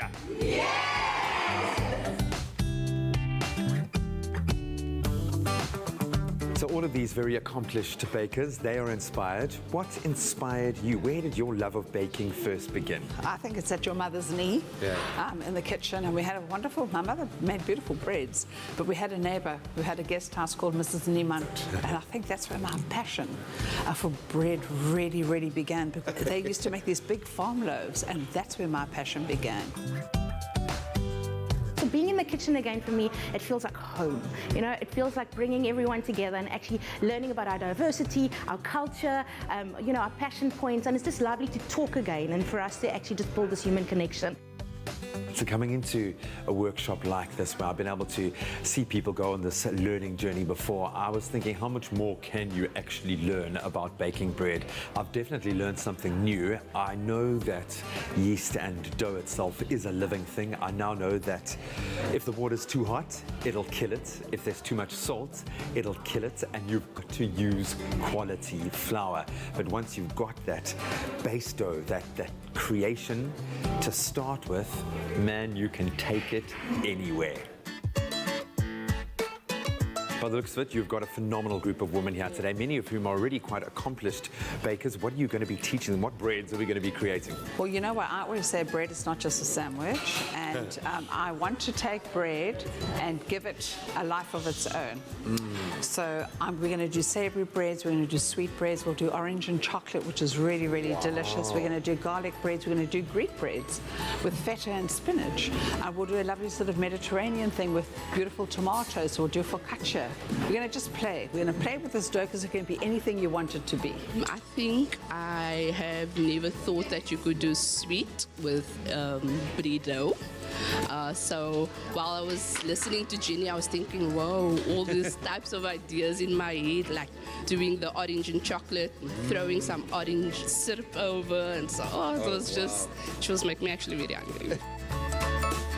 So it's so important that we as just humans and consumers of bread just remind ourselves that a little bit of flour, a little bit of yeast, a little bit of salt and a little bit of water actually makes this fantastic creation that is, you can do anything with it. So that's why it's really important for us. It's to connect with people and more than that, to give people the opportunity to take ourselves back to our roots and remember where bread actually comes from. Is there a secret, or what is the secret to creating the best possible bread, the perfect bread, if you will? Do you know what? I always say it doesn't even have to be bread, but I am going to go back to bread. You start off with the best ingredients, and of course Sasco's been around for 80 years, darling. If it's stood the test of time, it's got to be one of the best flours around. I'm loving the creations here. What has this experience been like? Have you learnt a lot? Yes, and we messed up some of them. But that's what baking is all about. I learned a lot today from Ginny and from Sesco as is, but I love to bake. I love to bake, and this is wonderful. Do you know what? What passes my test is the consistency and the quality of the flour. And as I say, you know, if something's been around since my mother has been born, it's got to be good, you know. Learned so much. I also love baking. That's my everyday job, and I've learned a lot because I've learned that you can actually make bread without egg, and then I've learned the different techniques as well, which was actually very, very interesting because I never knew that salt kills yeast and so on and so on. Yeah. The bread really can be the showstopper. It can be the centerpiece at your table, and there is something about creating bread, just like breaking bread, that is very community-driven, very collaborative, and really creative. Well, they say the proof is in the pudding. I'm saying the pudding is bread, and bread is unbelievable. I don't know if it's the combination of these amazing women, Jenny Morris, maybe the Sasco flour, but today has been nothing short of truly inspirational. My eyes have been opened. I hope at the very least we've educated you on some of the basics of creating a good dough and a fantastic bread, but most importantly, inspired you to go out there and explore all the possibilities that are available in the world of baking, thanks to Sasco. This is awesome. Look at this, guys. Sasco, baking together since 1930. Well, let's continue on that journey of deliciousness and twist again, like we did last winter. Listen, we're making Clover Classic Cinnamon Twisties and guaranteed deliciousness. We're going to be making them for you to enjoy, try out at home. And of course, Teresa Oye joins me in the kitchen to bring us this wonderful recipe. How are you? Yes, I'm very well, thanks. Good. Last time you and I twisted. Ooh. It's going to be good today. Yeah, it's going to be good today. Hopefully a lot easier. Okay, so what do we need to make these treats? Okay, so we're going to start off with our clover milk. This is our full cream milk. Excellent. My little tip is that you should warm it up. Okay. Yes. All right. Because usually when it comes to baking, room temperature is what we need for all the ingredients, but you're saying warm this up a little bit. When you're working with yeast, you want that little bit of warmth just to activate it. You don't want it to be too hot. So we've got some yeast and some sugar. Quick question while you do that. Because in some recipes we've made where yeast is involved, water has been used, warm water to activate the yeast. Now, in any given recipe, would it matter whether you used water or milk? Or does it just depend on the kind of flavor profile you're looking for? Yeah, it does add to the flavor. And I think certainly if I'm making donuts at home, I love using milk because it just adds to the texture and the flavor. Likewise, like today we're adding an egg. Whereas, for example, if you're making a pizza dough, you wouldn't add an egg. So it's just about kind of what you're making, and all the recipes are different. So our yeast is happy, it is alive and well and activated? What you want to do is leave that for about 5 to 10 minutes, and when you see that it's foaming, you know that it's activated and it's ready to go. So it is not yet activated. So it's starting to bubble. Okay. Yes, it's happy. So in the bowl we've got some flour and some salt. Yes. So we're going to add our yeast mixture to that. Okay. And then we're also going to add an egg. Who do you think was the first person to ever figure out that in order to make yeast work, you have to give it some warm cuddles first before it works? Very clever scientist, or I don't know. We're very grateful for that. And the world is like, oh my goodness, our bread is rising! Never the same again. We've got rising bread. So mix that all together. I'm going to add a bit more liquid. Good. And just, bring that together into a nice soft dough. Yeah. And then, of course, with yeast doughs, you've got to put in a bit of elbow grease and knead it for 10, 15 minutes. And then also allow it to prove. That's right, yes. Rise and double in size. Leave it in a warm place. Yes, you've done this before. Yeah, I'm actually learning. I'm starting to remember some of the stuff that we're learning in the kitchen. It's not... That's good. Yes, so leave it in a warm place. If it's very, very cold, what I like to do is I turn the oven on to about 50 degrees, turn it off, and then I put the dough in there, and it creates a nice warm environment for the dough to rise. Wonderful. Okay, so once you've worked it around, that's what you let it rise, you end up with this. So we're going to use this to make our twisties now. Yes. And I'm going to recruit you as well again. Oh, here we go, twisting again. You can do it. So we're going to just get one. So roll it into little lugs. Okay. It's not too sticky, actually. And we're not plaiting today, we're just twisting. So.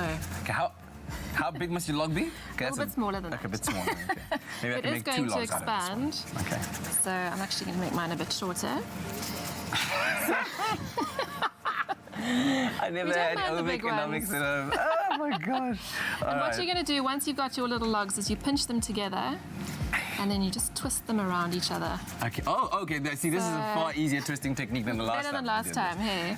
You can SMS the keyword Clover to 33728 to receive the recipe and the link with the ingredients so that you can make these wonderful Clover cinnamon twisties that we're making. Of course, Clover Classic is known for being that taste that takes you back. It's creamy, it's smooth, it's delicious, a rich source of vitamins A, B2, and D as well. Okay, so I feel like I'm about to make the most epic twisty ever. It's taken me a while to roll these, but now that I have... Extra love has gone into it. So look at that. So So you're going to pinch them together. Pinch it. And then you just twist them around And each then other. you just allow them to do their thing. Yeah. It's like a piece of art. Yeah. You could totally paint this. Right? There we go. Yay. Good work. Right, so then what you want to do is pop them on a tray and you leave them again to rise, but we're obviously going to just go straight to our cooking. And So then are you going to go first? Are you going to pop that in the oil? Okay, so just like that. Let's give it a go. Okay, and you wait until it's golden brown on the outside. Yes, and of so course, with the egg, it will then help it to get golden Yeah, brown. so about 3 minutes per side until it's cooked through. Observe as my twisty takes its first... Oh, I nearly left it too long. Okay, good. There we go. are. That looks good. Okay, once I'm again, gonna add SMS the another keyword Clover to 33728, and while we make some more twisties, you take a look at how we made this.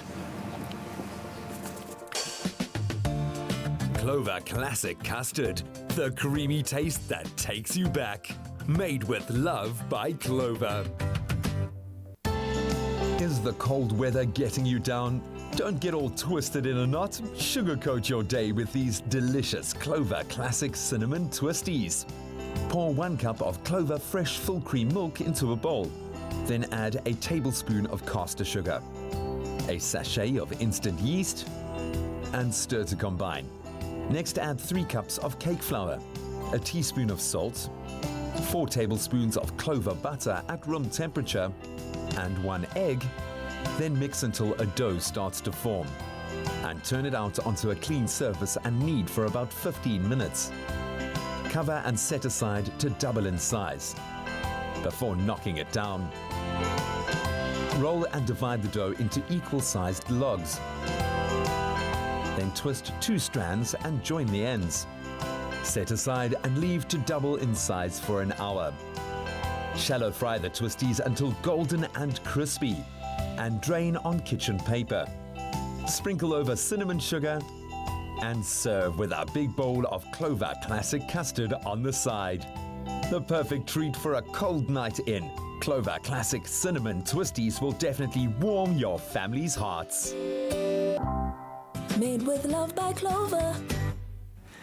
All right, so while ours is frying over there, you can SMS the keyword Clover to 33728. We'll send you the ingredients list as well as a link to the recipe. Look at this. I'm actually getting better at this. That is so It's good. therapeutic when you roll it on a table and then you get these even pieces like that. You're going to pinch them at the top and then you just allow them to dance around each other. Set the nice the music. What is that song? It's been playing in my head all morning long. There we go. There we go. Look at that. Perfect. The twist. Look. You know those barbershop signs? If you do this and you imagine that it was blue and red. Oh dear, we've lost like Cat. Okay, I just pop them in there. Right, so I'm going to get these ones out. Yes. You can see they're golden, they're cooked through, and you're going to toss them in some cinnamon sugar. Excellent. Let them Get them dance around there. coated. Careful not to burn yourself. No, I'm SMS used Clover to 33728. May I taste one of these twisties? Of course, and here's Cat's one. And Go, the super size. that's exactly what happened last time. It turned into twist, not twisty. And of course, we've got a side serving there of Clover Yes, Classic Custard, that's our dipping vanilla sauce. flavor. May I offer you half of my twisty? thank There you. go. There we go. Oh, there Shall we just have a go at it? Dip and twist. Oh, on that creamy, Yo. delicious, Yum. smooth note. Cheers. We'll take a break. That's good. Clover Classic Custard, the creamy taste that takes you back. Made with love by Clover.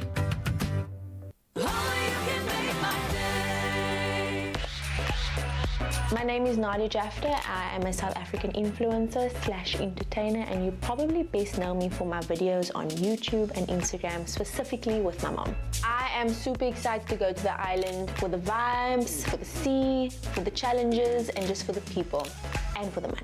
My flavor, as you can see, is cool red.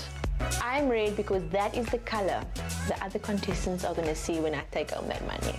To join me on the island, all you have to do is buy a Tropica, follow the entry details on the bottle, take a video of yourself telling me why you would be my ideal partner, and upload it onto all social media platforms with the hashtag TIOT9. Here are some of my tips on how you can make your video entry stand out. Use a little bit of humor. Be confidently you. Also, if you are a guy, it doesn't hurt to have a six-pack, just saying. Join me in paradise and come find your smooth fame and fortune.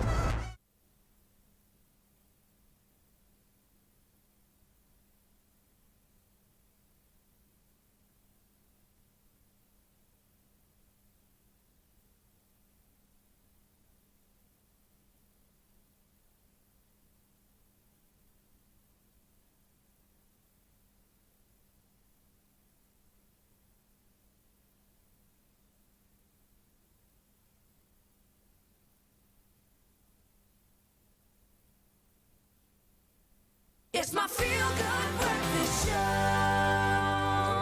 Welcome back. You are still with your feel-good breakfast show, Expresso, here on SABC3. We are in the third and final hour of the show, and hopefully that feel-good is definitely seeping in.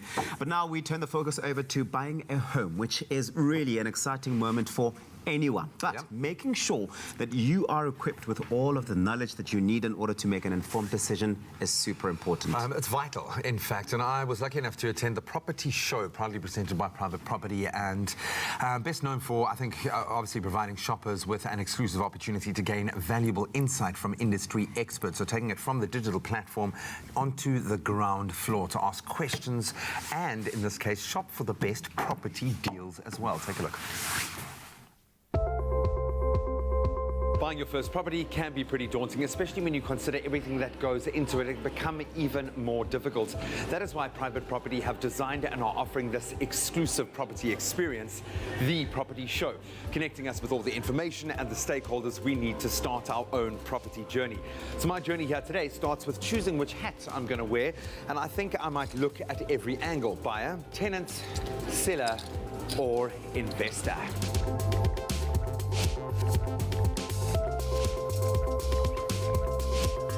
An evolution from the already enriched online search that you can do on the Private Property portal, the Property Show allows you to literally get hands-on and meet face-to-face with the Private Property team.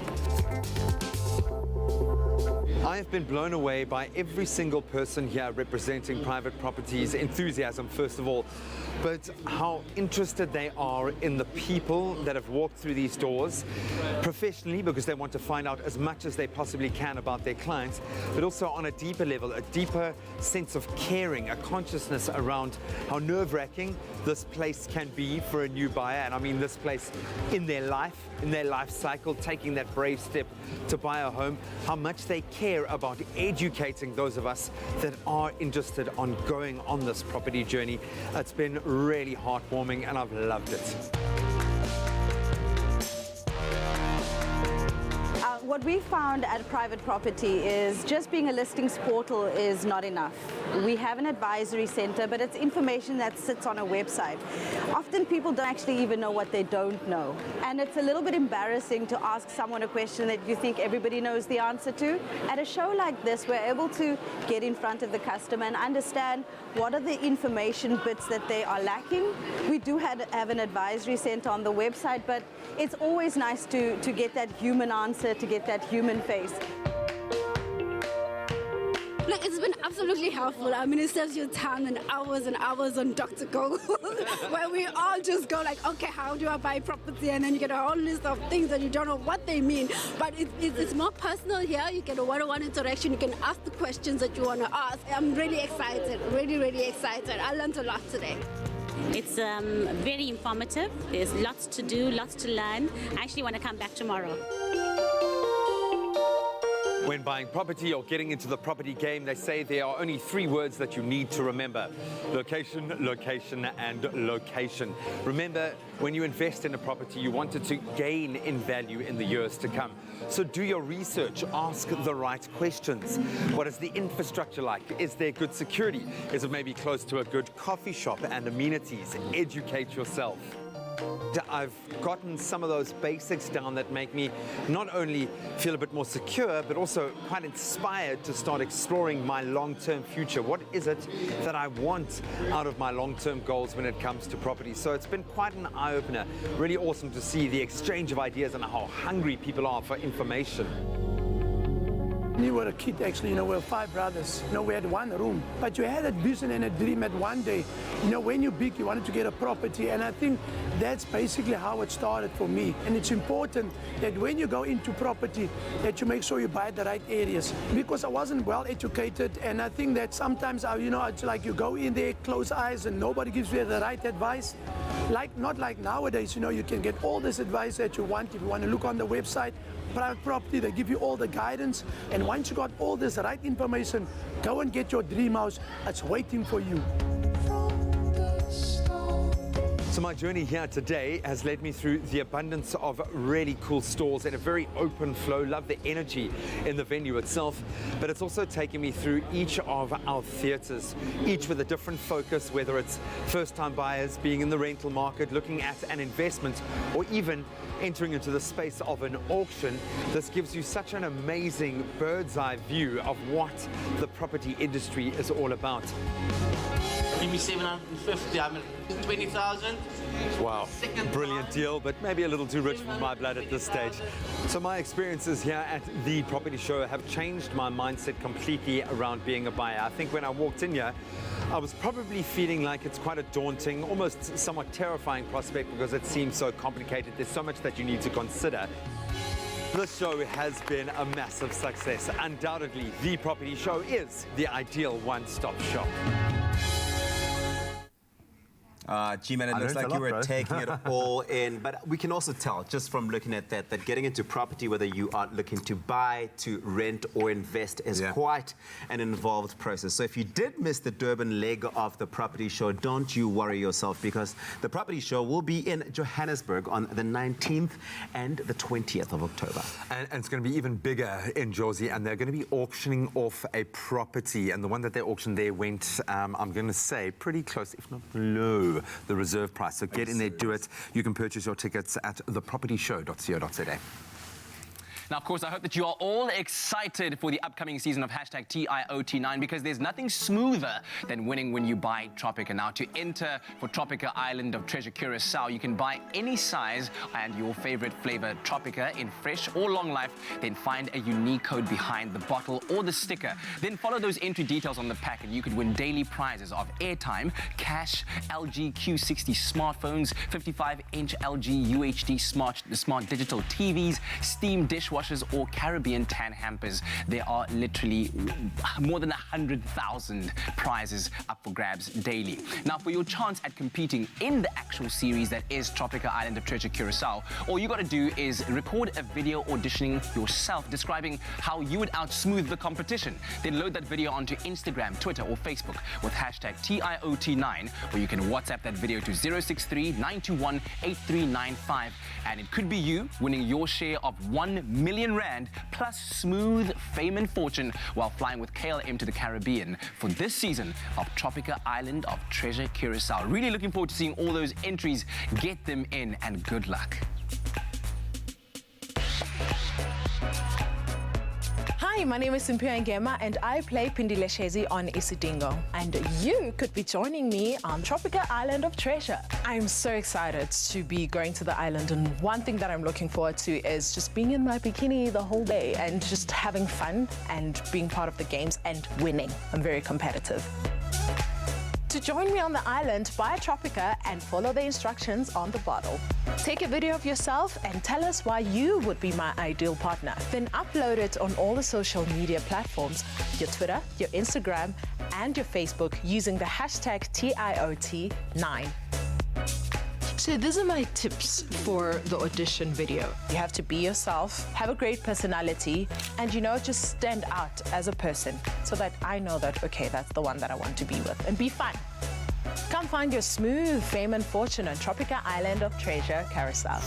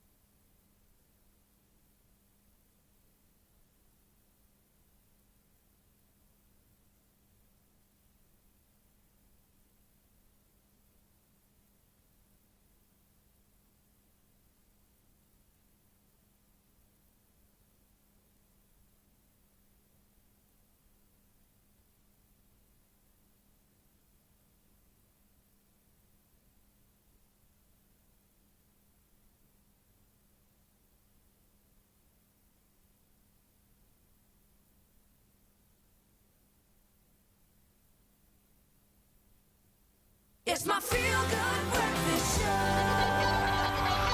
Call us on your cell phone. Culinary hotline bling. That can only mean one thing. It can only mean one thing. It can only mean one thing when you hear that song. It's time for the culinary hotline bling. Ting, ting, ting. Aloha, my friends. Yes, as you can see, we are on holiday, and guess where we're going? Well, we're going to Bali, and it's that beautiful island destination that I think we all dream of escaping to. Yes, and this time of the year, when it is cold here in South Africa, we sure want to escape to that exotic kind of island with exotic views, exotic aromas, and of course, you need to know exactly what you're going to be eating, what you're going to be enjoying and tasting while enjoying this island lifestyle, and that's why Jenny Morris and our friend Neil Anthony join us this morning. Aloha, friends. Aloha, sir. Ready for a Balinese adventure? We are. Show me how they do it. No, I completely had the wrong. I was like, but that was more Hawaiian. It was good. That was good. We liked it. Yeah, we liked it. Yeah, we excellent, got into the vibe, excellent. So when in Bali and When you're in doing Bali. as the Balinese do, Exactly. what are some of the first things that you should expect to taste and feast on? Wow. I think, you know, it's if you think about island life and you think about those flavors, so you've always got those real sort of fresh sunshine flavors going on. But at the same time, you know, they also like to use sort of the coconut, the creams and sort of stuff like that. So you have a very sort of fresh and luxurious, spicy, all those things sort of mixed into each other. Lovely. Spicy, lots of chili, Lots lots of peanuts, delicious. They love chicken, they love pork, they like lamb. And they also like to balance it, so there's loads of, and then, you know, like the sort of lime and the mint and stuff, so it brings that balance. When you have that sort of fiery freshness, you know, it's nice to sort of bring those flavors in. Yeah. Take us through some of the dishes that they do enjoy there. I know there's sautés or something. Exactly. You know, satay is a big thing. Yeah. I love a nasi goreng. Yeah. A nasi goreng. What is a nasi goreng? It's a beautiful rice dish, and for me, I like to have a soft and trembling fried egg That's what it's perched all over about. the top. Yeah? Crispy whites, runny yolk. Yes, runny yolk. Yes. Nasi goreng. Yeah. And Nasi goreng what is else cool. is there? What else is there? So the classic satay as well. So I mean, I can make a little satay sauce for us here. So it's just peanut butter and smooth peanut butter. I'd always use smooth peanut butter. By the way, is the satay that chicken that is? So it can use it as a marinade and as a sauce. Yes, and a sauce. Yeah. In fact, we're going to use this twice. Now, I'm going to Exactly. do that for you because I don't want you to have chili fingers. I don't want to be touching things with my chili fingers. It's winter. Of course. It's warm, it's fine. Yes. Right. A nice bit of soy sauce. You want it to sort of be a coating consistency. A little bit of coconut milk. You can Can I use give you a splish? Please do, Jenny. There we And go. while Jenny is And there you go. splashing over there, Yeah. you can Splish and SMS splash. the keyword EAT to 33728. We'll send you the ingredients list as well as a link to the recipe to make your own You know, satay sauce so if you're boom, looking boom, to boom. have that Balinese-inspired cooking experience. Satay sauce, you can use it as a dip. You can sort of put it on your chicken. You can marinate it. Do you marinate it for like sort of how long? I mean, About, I don't know, half an hour, an hour. Yeah, exactly. So Yeah. it can release. Yeah. Huh? So there's that. All right. So we've got that there, but you got to give me more. I need Coffee. what else is there in Bali? Coffee. Coffee is a big thing for them. Yes. Do you know what they call that coffee? What do they call that coffee? I don't know. I forgot. I think It's actually civet coffee, yeah. Yes. So the civet is a little sort of rodent, actually, Yes. and the rodent eats the coffee beans. And it passes it And it through. passes it through the system, and then they pick up the coffee beans, clean it off, and make coffee from that. It's the most expensive coffee in the world. And we all get some. A rodent. Yeah, it's called a civet. Yes. It looks like a There really it is. big rat. Oh, is that luwak coffee? Yes, that's right. A rodent coffee. So basically, coffee gundwane, basically. Yeah, Gundan coffee. Yeah. And then they do that tonton. They do the clean it tonton. though, so that's a bonus. But it tastes very nutty If otherwise. that doesn't give you a kick in the morning, I don't know what will. It does taste very nutty. Oh, nice. Are you scared? It's even brown. It's expensive, no? It's fine, it's luxurious. It's very expensive. It's very Jenny expensive. Morris here at E-tron. Very expensive. Okay, listen, when we come back, we're You can put- you can exploring even- the beautiful... Oh, come on, no, No, Neil. but you can. That's shocking. I'm not going to drink We that. put salt in our moer coffee. good. So why not put Yeah, but a lime? lime in there's Got him nice. at university. Okay. We're going to take a break. When we come back, we continue to explore all the wonderful flavors of Bali. Hopefully, your next travel destination. So we are back for, sadly, one last time with Apollo from Imagine Cruising. She has definitely allowed the travel bug to bite me this morning. It's a once-in-a-lifetime. We're going to call it a half cruise, a half-state trip from Asia to Bali, where you're spending some of your time on the most incredible ship I've seen in our journey so far, and of course some of the time on some of the most incredible coastline you're likely to ever experience. So we want you to stay tuned, because there is a little something extra just for you, and I'm feeling not very extra at the moment. I would like, please, to continue the theme of Bali. I can actually picture myself. I can feel the waves. You look gorgeous. Let's talk about. Obviously, we are speaking about Bali, and we know that this is. There's a reason why it's the backdrop in so many different films. The culture there is amazing, but it's like the ultimate holiday destination, surely. Absolutely. I mean, there must be a reason why they say Bali paradise on earth. The nice thing is that once you disembark then the Quantum of the Seas, you then fly to Bali, where you spend 7 nights at the hotel there. And one of the nice things is the cultural, the people. They're so humble. We were talking about it earlier on, so down to earth. And I just think that Bali has everything. They've got the tranquil temples, they've got the beautiful romantic sunsets, and they've got the sandy beaches and the paddy fields, so really, really beautiful. And we've decided that, if you book an inside or an outside cabin, you will be staying at the hotel called the Plaza Hotel in Sanur, in Sanur, yes, in Depensar. And then if you book a balcony cabin or above, we'll then upgrade you to the luxury Bali, Novotel Bali in Banoa, yes, in Nusa Dua, which is absolutely stunning, where you spend 5 nights there. And then from there, you will then go on to stay at the 2-night stay at the luxury Maya Abud Resort and Spa. So absolutely stunning places. When you consider everything that is included in this, it is absolutely awe-inspiring. Can you tell us a bit more about, that certainly piqued my interest, and I think a lot of people out there, when they experience Bali for the first time, maybe they want to take a rung up and that upgraded hotel experience. Not that you're going to have a bad hotel experience, I think, in Bali as a starting point, but what does that entail?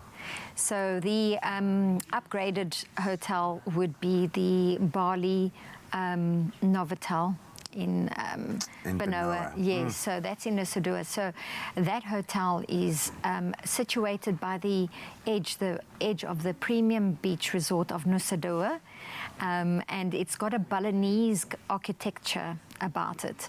And the nice thing about it, it offers complimentary, breakfast. So we've got breakfast and dinner, and then they have like activities, like you can do yoga during the day. If there was a place to go and connect to yourself, to your spirits, to nature, this would be the place to do it. Yes, they have 3 swimming pools. They've got a child's pool. They've got a range of water sports, and also they have just the stunning location around there to experience. It really does. It feels like this is where the heart, where the spirit, the soul. Yes, and then you go to Bali Ubud. That's where you stay for 5 nights, and then you go to Ubud, which is the Bali's cultural and spiritual side. The hotel that you stay there for 2 nights, and then get to explore around that. I think for me, when you've got the opportunity to do something for the first time, or maybe, for the lucky few, you've done this before, but you want to know that you can experience as much as possible from one base point. How accessible are other activities, other places? Talk about the spaces between different destinations. The Ubud Hotel is surrounded by the rice fields, which is beautiful, and it's set above also the lush river valleys. So this hotel is a real slice of paradise. It's also located within walking distance to the center of Ubud, which is also very nice to do. And they, like I mentioned, they offer complimentary activities like the morning yoga activities. They've got complimentary afternoon teas that you can enjoy. And one of the places to go to is within the town is to try their different cuisines. I'm looking at them thinking, I know we're selling it short with our culinary hotline bling, but we're trying to inspire that journey of flavor. I think this ticks every box from a relaxation and culture. It's absolutely. I think the most important thing is trying to create a dynamic that allows you to feel like you've been on holiday, but you also want to come back having known that you've done something that you never would have done before. And this is the key. Holiday, in my opinion. I'm constantly thinking, we're looking at these scenes, looking at this place, thinking about the price is actually, I don't know how you've been able to figure this out and achieve it, but I've got to ask lastly, we were asked or given a little tidbit that you guys have an exclusive, a little something for the Expresso viewers. Yes, what does that entail? Every week we try I demand it now. I demand it now. So, today, if you book this holiday with us, or we offering a free full day tour of Ubud, which is absolutely stunning here. You'll get to explore the stunning landscapes around Ubud, and then also you have the traditional arts and crafts, and then obviously your cultural temples. So you'll start with a few stops at introducing to the arts and crafts, where you'll discover the fabric and wood carvings and silver and gold, how it's made, and then from there you will then go on to further north of Ubud, and then you'll get to see the temple. It's the Tampak Serin Temple, which is known, especially in the Balinese Hindus. They have for its holy waters. They believe that it washes away all the bad spirits. So that's also quite interesting to experience and to see. Cathartic on a different level. Yes, as you can see there, it's like really, it's really traditional, in the culture there. And then from there, you'll get to enjoy a complimentary lunch at one of the local restaurants to try their authentic foods. And then you get the final part of the holiday is your the monkey forest, which is absolutely stunning. A highlight of the strip is definitely this. This place, you've got over 100 species of trees. So imagine that. You've got the various temples. You've got there's just so much there to offer and to enjoy, and all the different the various monkeys. It's actually just out in the open. They're very friendly, these monkeys. They just walk around you. I'm sure they're very friendly. Yeah. No, that's not like our Cape Town that can attack you. No, they're quite nice. It's just so surreal. It is. I'm glad you used the word surreal there, because this is a landscape. This is an opportunity, I think, to commune with nature and the spirit, and with what it is to be a global citizen in a way that I thought I was excited about the Northern Lights. nights, but this is absolutely still in my heart, still in my imagination. Thank you so much for what your team have put together here, and I can feel how much this particular package means to you as well. If you see yourself embarking on a trip to paradise, then this one is for you, and this opportunity is absolutely undeniable. One night hotel stay in Singapore, then from a 4-night full board cruise on one of the most amazing ships that you are likely to encounter, visiting Kuala Lumpur, Phuket, including breakfast, lunch, dinner, snacks on board, then a 7-night bed and breakfast stay in Bali itself with opportunities to upgrade if you want to. All the flights and taxes from just 29,999 Rand per person. That is insane, actually.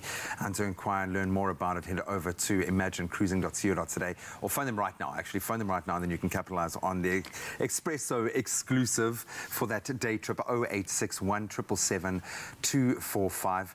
You owe it to yourself, actually, to do this. I owe it to myself to have Bali. A look.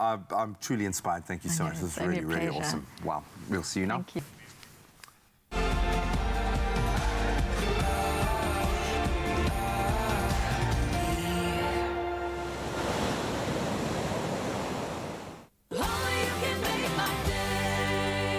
Introducing the official judging panel for the highly anticipated new reality series, The Next Brand Ambassador, starting 15th August.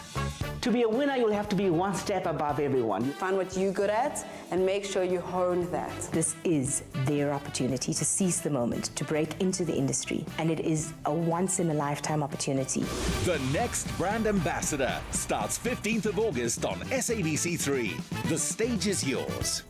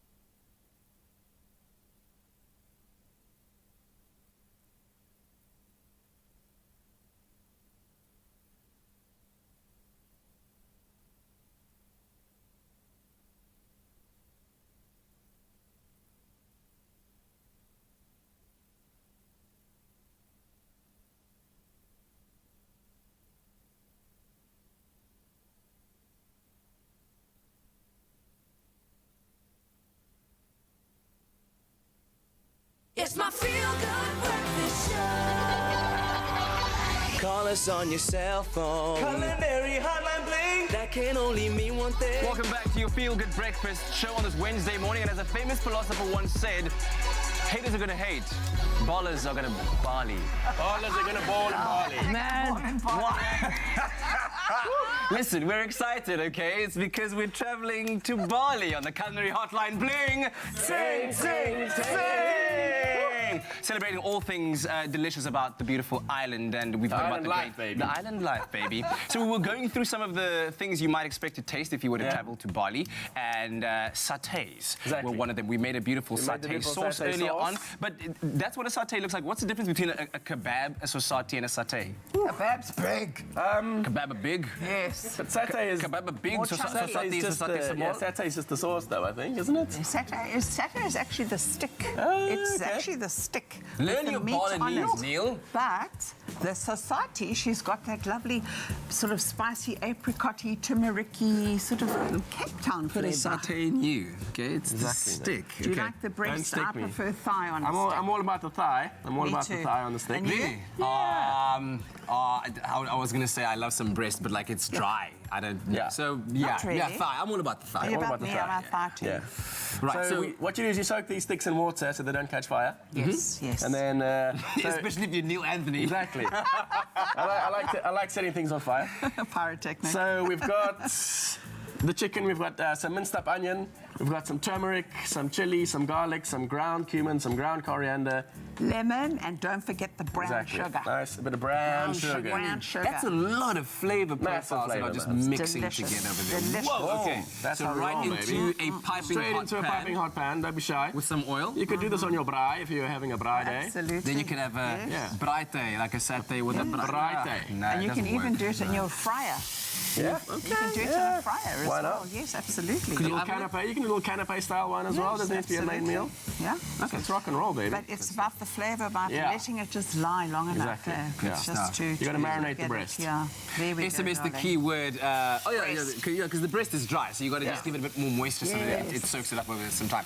SMS the keyword meat to 33728, and we'll send you a list of ingredients as well as a link to the recipe, so you can make your own satay. And of course, with the sauce we showed you how to make earlier on, the keyword for which is eat. Yeah. When you dip it in there, it happens. Can it happen for us right now? We need to taste Definitely it. can, mate. Maybe? Yeah? Let me feed him. Oh, no! Oh, I Yes, knew he yes, was going to yes, do that. yes, yes. He, Okay. he literally dunked it in all of the chili. You are a... He can chew and we can talk. Exactly. So what you should be getting is a nice bit of spice, a nice balance. What are your thoughts? It's so good, man. That's so good. Isn't it Yeah. delicious?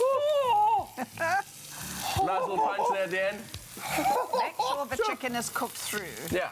So you don't die. Raw guys. chicken's not cool. Just a quick little prayer, just so I can Yeah. make it through this segment. Chili. The chili is hitting the back of my throat like this. Oh, chili. You know Okay. think about chili. Okay, yeah, It burns 3 times. Yeah. Not like wasabi burns once and it goes up. Chili goes down. Okay, good. Okay, while we're on that and our This one's sautés cooking. are doing their thing, let's talk about the other dishes you can expect there. Gado, gado. Gado gado. It's Gado lovely. gado is my favourite thing in the world to It's eat, gorgeous, man. because it's It's all those unreal. lovely, chunky, beautiful Yeah. vegetables, eggs, and sprouts, and noodles, and the mint. Yeah, you can sort of, you know, it's all about the dressing. The dressing again is sort of, it's got tamarind in there, it's got chili, garlic, ginger. The nice thing to do is sort of, if you want to make one, you do that, and then you sort of, Tip so you it. dress the bowl first. Oh, look at you. No, but it is, because No, you do. everything touches. Neil Anthony with the artistic touch. And then what you do is you add all your sort of, your accoutrement. So you've got bean sprouts, we've got cucumber, you've got some accoutrement. Accoutrement. A green bean. Sorry, I'm... How's your weak bean? Oh, yeah, it's There you go. Goodness. We've got radishes, mint, cabbage. You can people put potatoes in here, all sorts of stuff. Boom, boom, boom. Okay, so- and then you can even take your rice crackers, pop them in like that. You beauties. Texture. Look at that. And then when you eat it from the bottom up. No, well then what you do is you give it the solid mix. that. Yeah, that's why you Alright. dress the bowl. So then you can get your, nice delicate light fingers in there. Oh, This is a masterclass. Listen, while you do that, so we've got gado gado. give me your finger. Also, there's something called tahu. There's also something called tahu. Tahu. Yes. tofu. Tofu or tahu? Yes. Same thing, different name. Okay. It's tahu. In Bali, it's called tahu. Oh, my Tell me about goodness. that. Neil. Have you had Tofu. Tahu. Tahu. I'll tell you what. Let me go onto my information desk here. So tofu is called tahu in Indonesia. Okay. Yes. They deep So fry it's a it's also soya something- bean curd, yes. obviously. And then also it's very, very versatile because you can eat it cold, you can eat it hot, you can have it in Fried. salads, Yeah. you can have it fried. And You know, of it's course, great. an assortment of various seafood that they enjoy there. And fruits. Fruit, baby. Fruits as far as the eye can see. All tropical. These quickly, how do you make this? I think this is our last segment, so You we've got to buy wrap it them up. and you deep fry them. What are they made of? So it's dehydrated rice. Rice flour. Yeah. So you can make them yourself actually. You can cook rice, blend it, lay it out flat, and then you dry it out in the oven, and then you crack it up and you deep fry it. Excellent. Delicious. Yeah. Wow. Well, on that delicious note, thank you very much, Neil Anthony Merci. and Thank Jenny you, Jenny. Morris, And you, my love. for that trip down to Bali. Hopefully Bali. you can make it happen in real life and enjoy some Yeah. of the... Do we get free tickets now? Oh, we'll talk about that. That's it for the Culinary Hotline playing. Sing, sing. Thank you. That is the rule. If you're on set, you've got to give it a sing. So we're going to return to a conversation that I found incredibly informative and very helpful as well. I think a lot of people can relate to this. Painful, frustrating, extremely, extremely uncomfortable. It's hard to know where the cycle of digestive disarray begins and ends. I think a lot of people are relating to that right now. And what exactly causes it? Well, to help us understand exactly what irritable bowel syndrome is, IBS. We all hear about it. Some of us don't even know that we are experiencing experiencing it, and what our bodies are actually going through in that process is Sean Willard from Relief Pharmaceuticals. Sean, welcome back, buddy. I no longer have a gut feel that this is going to be really helpful because after our first experience chatting together, I learned a huge amount, and I hope a lot of people are feeling a little less kind of shy to broach this conversation, whether it's with their pharmacist, with their partner, with someone that knows, or at least with us right now in a one-way flow of information. But let's start with IBS itself. Why does it happen? Dumb it down for us. What's actually going on in the body, in the gut? It's a very difficult one, actually, because the cause is really unknown, Graham. But they say that people with irritable bowel syndromes have a digestive tract that's just a little bit more sensitive. So that obviously impacts on your colonic or your bowel movement, as well as, bloatedness and all the rest of it. So in the end, you experience more pain, you experience more of a movement. Could be constipation, could be diarrhea. They're not really sure what causes it, but remember we talked about that gut-brain axis yesterday? There are a number something of to do with that triggers, disruption in the communication of that highway of information that does impact that. Speaking to one of your colleagues this morning, it kind of dawned on me that's probably the core of our evolution, was the relationship between our brain and our stomach. Everything else kind of stems from that. So it stands to reason why this can have such a devastating effect. It disrupts your day, the way that you operate. We know that I get hangry for one, but with an upset stomach or something that's that imbalance, it can really affect you.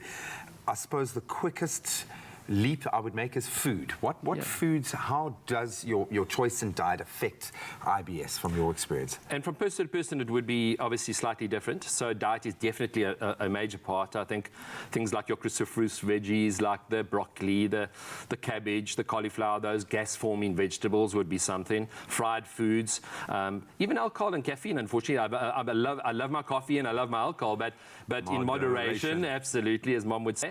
So from our point of view, it's just obviously keeping a food diary, checking what it is that really inflames the symptoms. Stress is a huge part, and aren't we living in a sort of type A personality life? It's the human condition. Scoffing that food down. So I think it's also the way we eat, not just what we eat. And the effects can be very extreme. So what are some of the more extreme symptoms and effects of IBS?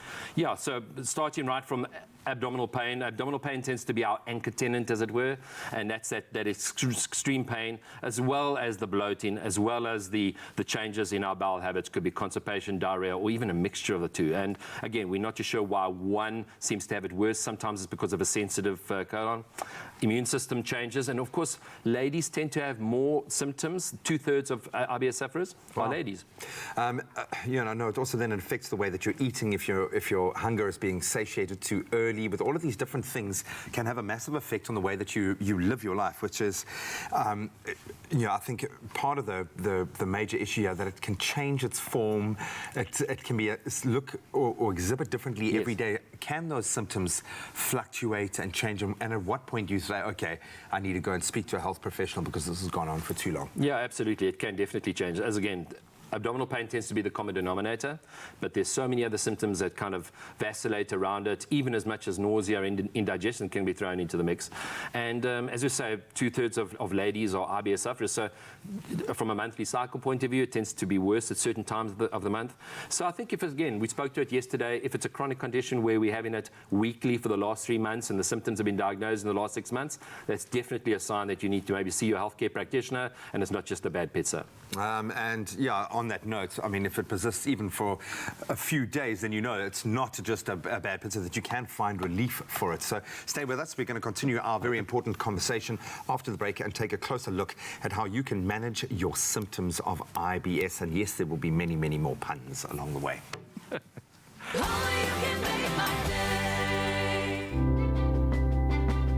Science reaches for the truth. It works for the big and small, for the old and young. And with knowledge as our first ingredient, science is at the heart of our food, for differences you can see, feel, and trust. It all starts with science.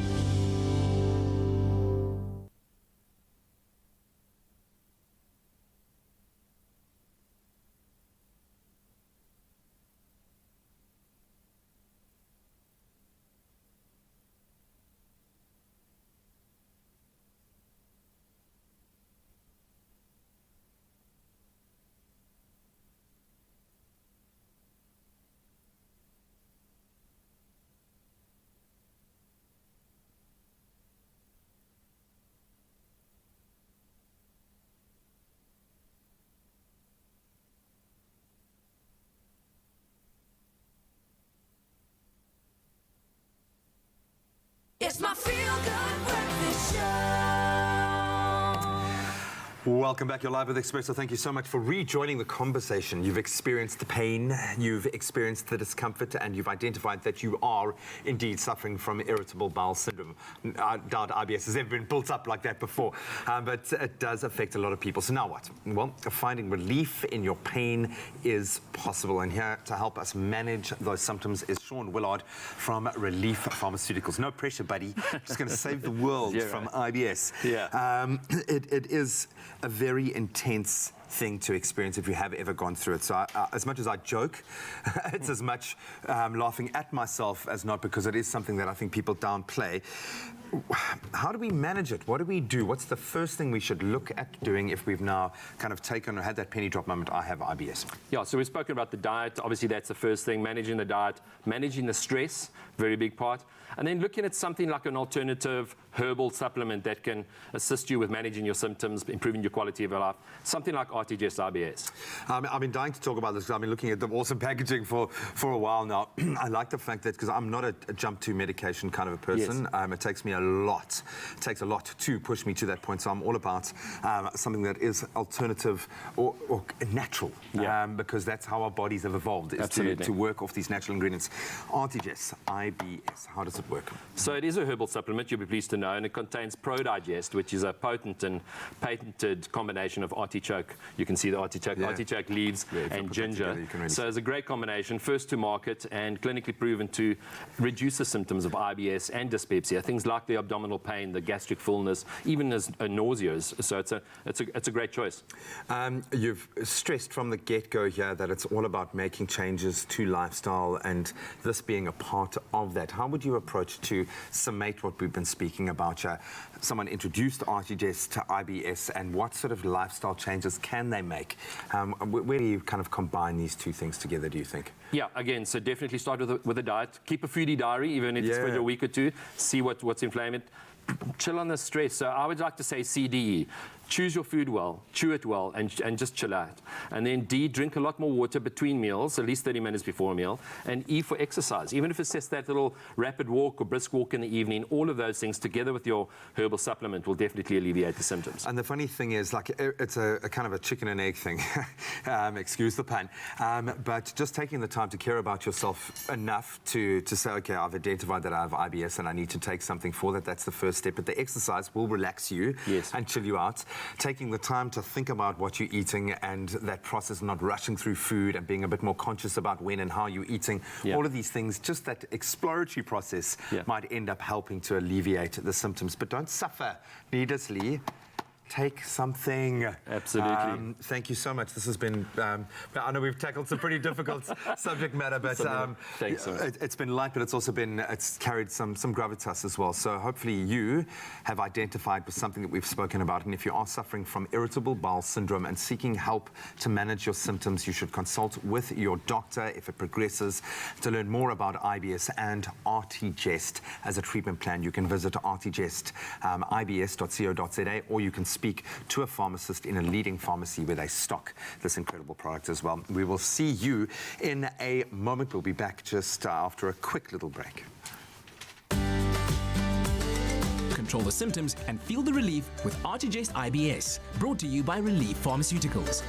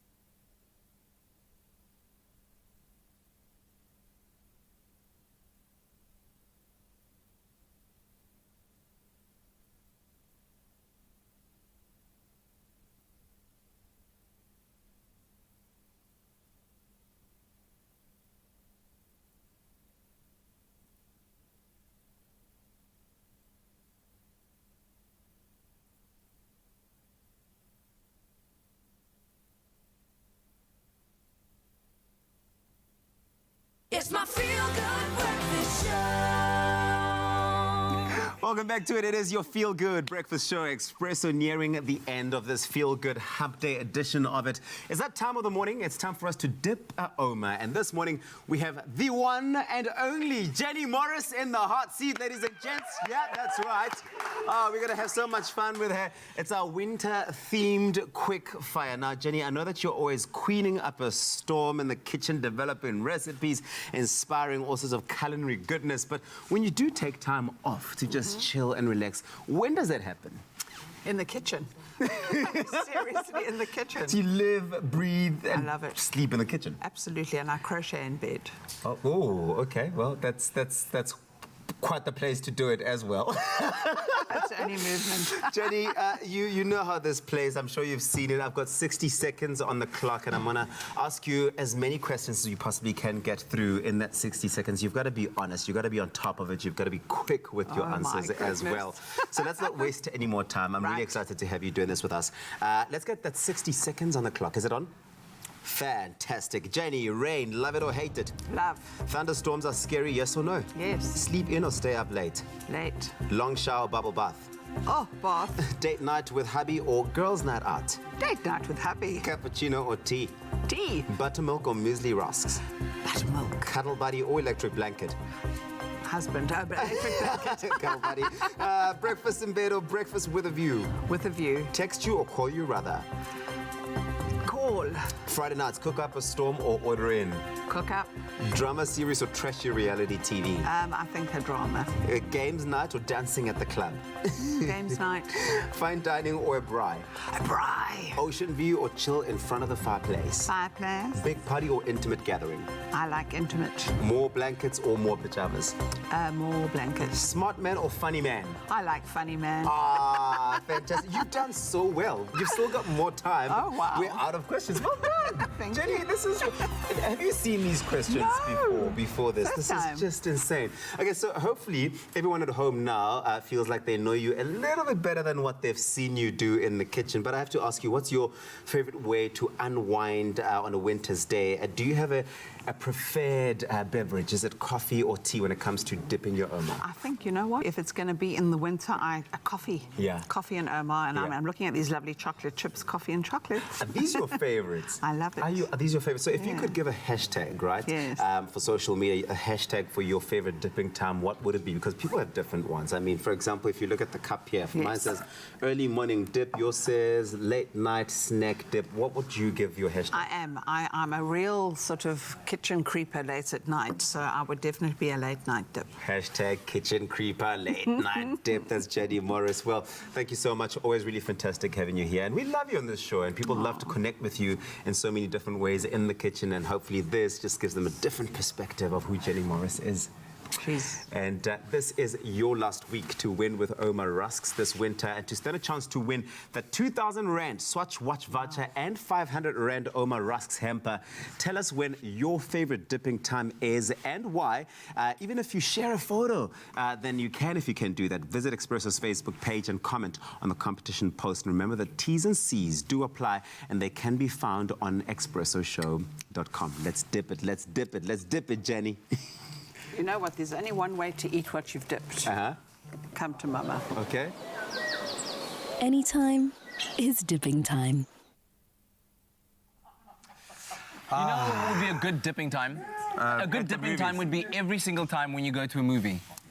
Actually, wait. Do you want to take scalding liquids into a movie? No. I'm just hearing that in the. Don't be that guy. No. I mean, they serve all this fancy food and stuff at movies. What's wrong with them serving up a reasonably warm cup of coffee, not a scalding hot one, right? And your favorite rusks, where like you could chill there in one of those recliners. Top 5 rusks. And then you dip while you watch your favorite movie. Nothing wrong with that. Kat has given this a lot of thought. Look at his face. I love popcorn, I really do, but I'm just saying the addition of your favorite rust to dip while watching a movie might actually just be something quite delightful. Just slash it, man. Just slash it. Just sneak up a rusk into the middle of the popcorn. Why not?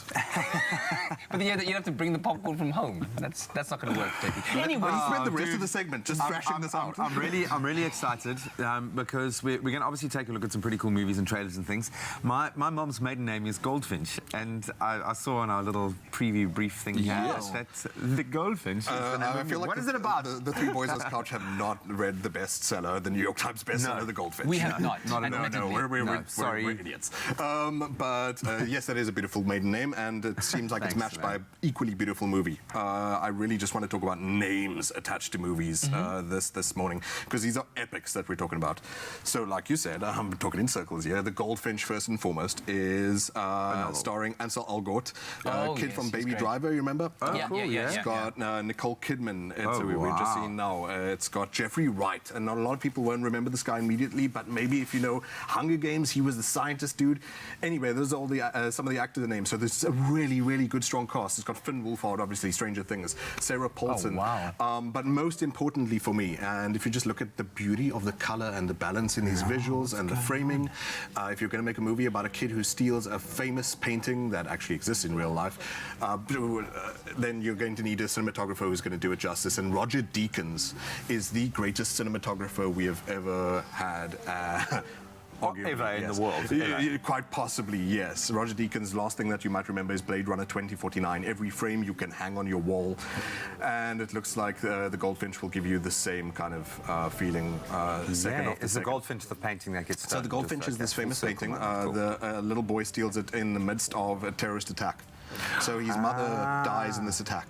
And almost as the only thing that he keeps to remember her by. My word. Can you make a narrative, And that's why you're going to need someone who can paint every chapter of this child's growing life. Then he becomes an art thief himself, he becomes a forger, and this is all because of these deep-seated things of trying to remember his mom attached to the painting. 780 pages worth of book. Roger Deakins is the guy definitely to Would you recommend reading the book before? I mean, it's releasing on the 11th of October, so take the time to read the book now. It's the kind of thing that's already getting Oscar buzz. It's already been touted as the kind of thing that's I would imagine the two stand So you're probably quite comfortable, just watching it as Okay, well, some new reading material for that you, if you is will. October 11th. Yes, absolutely. Okay, so releasing in 2020.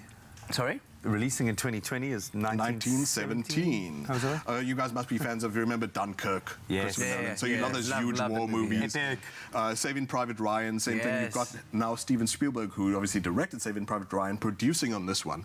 This one being directed by Sam Mendes, and also, importantly, if you remember this name, Roger Deakins is cinematographer of this one too. Sorry, this just really excites me. You're showing your movie buffness. For a change. Like, actually, I'm going to say it like at the outset. Each of these movies gets to keep one popcorn until they can collect the rest of their 9 when I review them. They look amazing. Oh, wow. So they can bank that to talk one popcorn and a rusk, why not? 1917 is, and this trailer, like, I'm a bit worried that it even used the TikTok sound from Dunkirk. It seems like it follows a lot of the pacing, obviously, but it is a war movie. Obviously, Dunkirk is set during World War II. This is World War I, and the story is these two guys have to deliver a message to a squadron of 1,600 men. And if they don't get the message there in time, they're going to be walking into a trap. So no wonder you're getting a lot of TikToking, man. Come on. Benedict Cumberbatch, Colin Firth, Richard Madden, I think his name is. You guys will know him from Game of Thrones. I'm not a Thrones head. But Roger Deakins again. Strong. Look at this. Beautiful. I mean, something as harrowing and horrible as World War I was. You think World War II was hectic? World War I was hectic, man. It was a meat grinder for young men being sent off to war. Yeah, it was so hectic, industrialized murder is what for sure across the board is to this day. Look at this. Clever title that was a traumatizing. This is the title that you see coming up here. Wow. I'm not going to have to say anything intelligent about these. Just ganders. Just open your eyes. It's one of those things that where such a period piece is so well depicted, it should be kind of like a forewarning to all future worlds. Why war shouldn't exist. I was going to say set work, but I much prefer a forewarning to future generations. The Irishman. Sorry. That's who I was saying. Say these names. Say these names. Say these names. Boom. Al Pacino, Martin Scorsese, Harvey Keitel. Harvey Keitel. Forgot to even mention him. Also a good actress. Shame. She's sort of been under the radar. Don't say shame. No. I'm saying shame because she had to suffer X-Men way back when she was Rogue and X-Men was undertreated. She's won some. Hasn't she received a nod for something? She did. You're right. But I want to talk about the Irishman. Okay. I don't know. So Martin Scorsese, last thing he just did was Silence. Yes, it was the piano. Anyway, Silence was the last thing we did. We know Martin Scorsese. I don't know to tell you who he is. The Departed, Taxi Driver, The Aviator, The guy. Wolf of Wall He's Street. the guy. He is the guy for the job, and I'm so glad that, sorry to sound morbid, but because he is such an advanced age, that he gets something like this in before it's, before we have to say goodbye to it. Too late. Yeah, before it's too late. First time he's working with Al Pacino, Michael Corleone, the Godfather. We must know Al Pacino from his... an offer he could not refuse. Father of Vito Corleone, right next to me here. It's amazing. I feel so honored. And Robert De Niro, what you can see from the trailer is that they're using that de-aging technology that we saw like on Samuel L. Jackson and Captain Marvel. I'm a bit worried about how that comes off because you need to show these actors' faces. Yeah. These actors are so good with minor emotions and with eye tension and small muscle movement and that kind of stuff and that kind of control. So if you've got to hold a shot for a really long time, I hope I can be very impressed, but this is definitely going to be such an epic by Martin Scorsese. I'm so excited for this. Thank you, sir. Dude, we covered a lot of ground. And we say cut because we do need to tell you some very important news, and that is tonight, a very special night, 7:30 on SABC3. Yeah. Presenter Search, the Expresso Show edition premieres tonight. And of course, we take a look back at some of the journeys and lives that have been changed as a result. As we give someone out there the chance to shine with Orbit Gum. It's all happening tonight. We're going to be taking a look at your story, Tony. Yeah, it's going to be really exciting. As well as the stories of the likes of Jonathan Boynton Lee, of Harmony, of Dr. Fez. It's going to be amazing. It's going to be beautiful. And that's just a precursor to, of course, seeing the hopefuls that have made it through who might just be joining our breakfast team. I had an opportunity to be a part of that initial judging panel. We saw some incredible people. And if you want to get a taste of what Presenter Search can do in the life of those contestants, tune in tonight at 7:30 for the Expresso edition right here on SABC3. It's going to be quite special, I think. And then after that, in the ensuing weeks, we'll see how week in, week out, these presenters will be pushed. It gets real. You're going to get pushed. Exactly who is worthy of the spot here. And we'll also get the chance to meet the judges of the show. Tando Tabete, Dr. DJ Roger Good, and Dr. Musa Mtombin from Trending SA. Star-studded cast. It's going to be absolutely amazing. So don't miss out on the first episode. That is tonight, 7:30 p.m. and right here on SABC3, and follow the journey of those who will be joining the ranks of South Africa's feel-good breakfast show. And JP can tell you, it's quite awesome being part of the team. I get to sit on the couch. Anyone can tell you. And throw popcorns out there. We love you guys. Thank you so much. Keep smiling. Make someone smile. See you tomorrow. Bye. Tabiso made us an offer you can't refuse. Expresso Morning Show, made with love by Clover. Another feel-good production.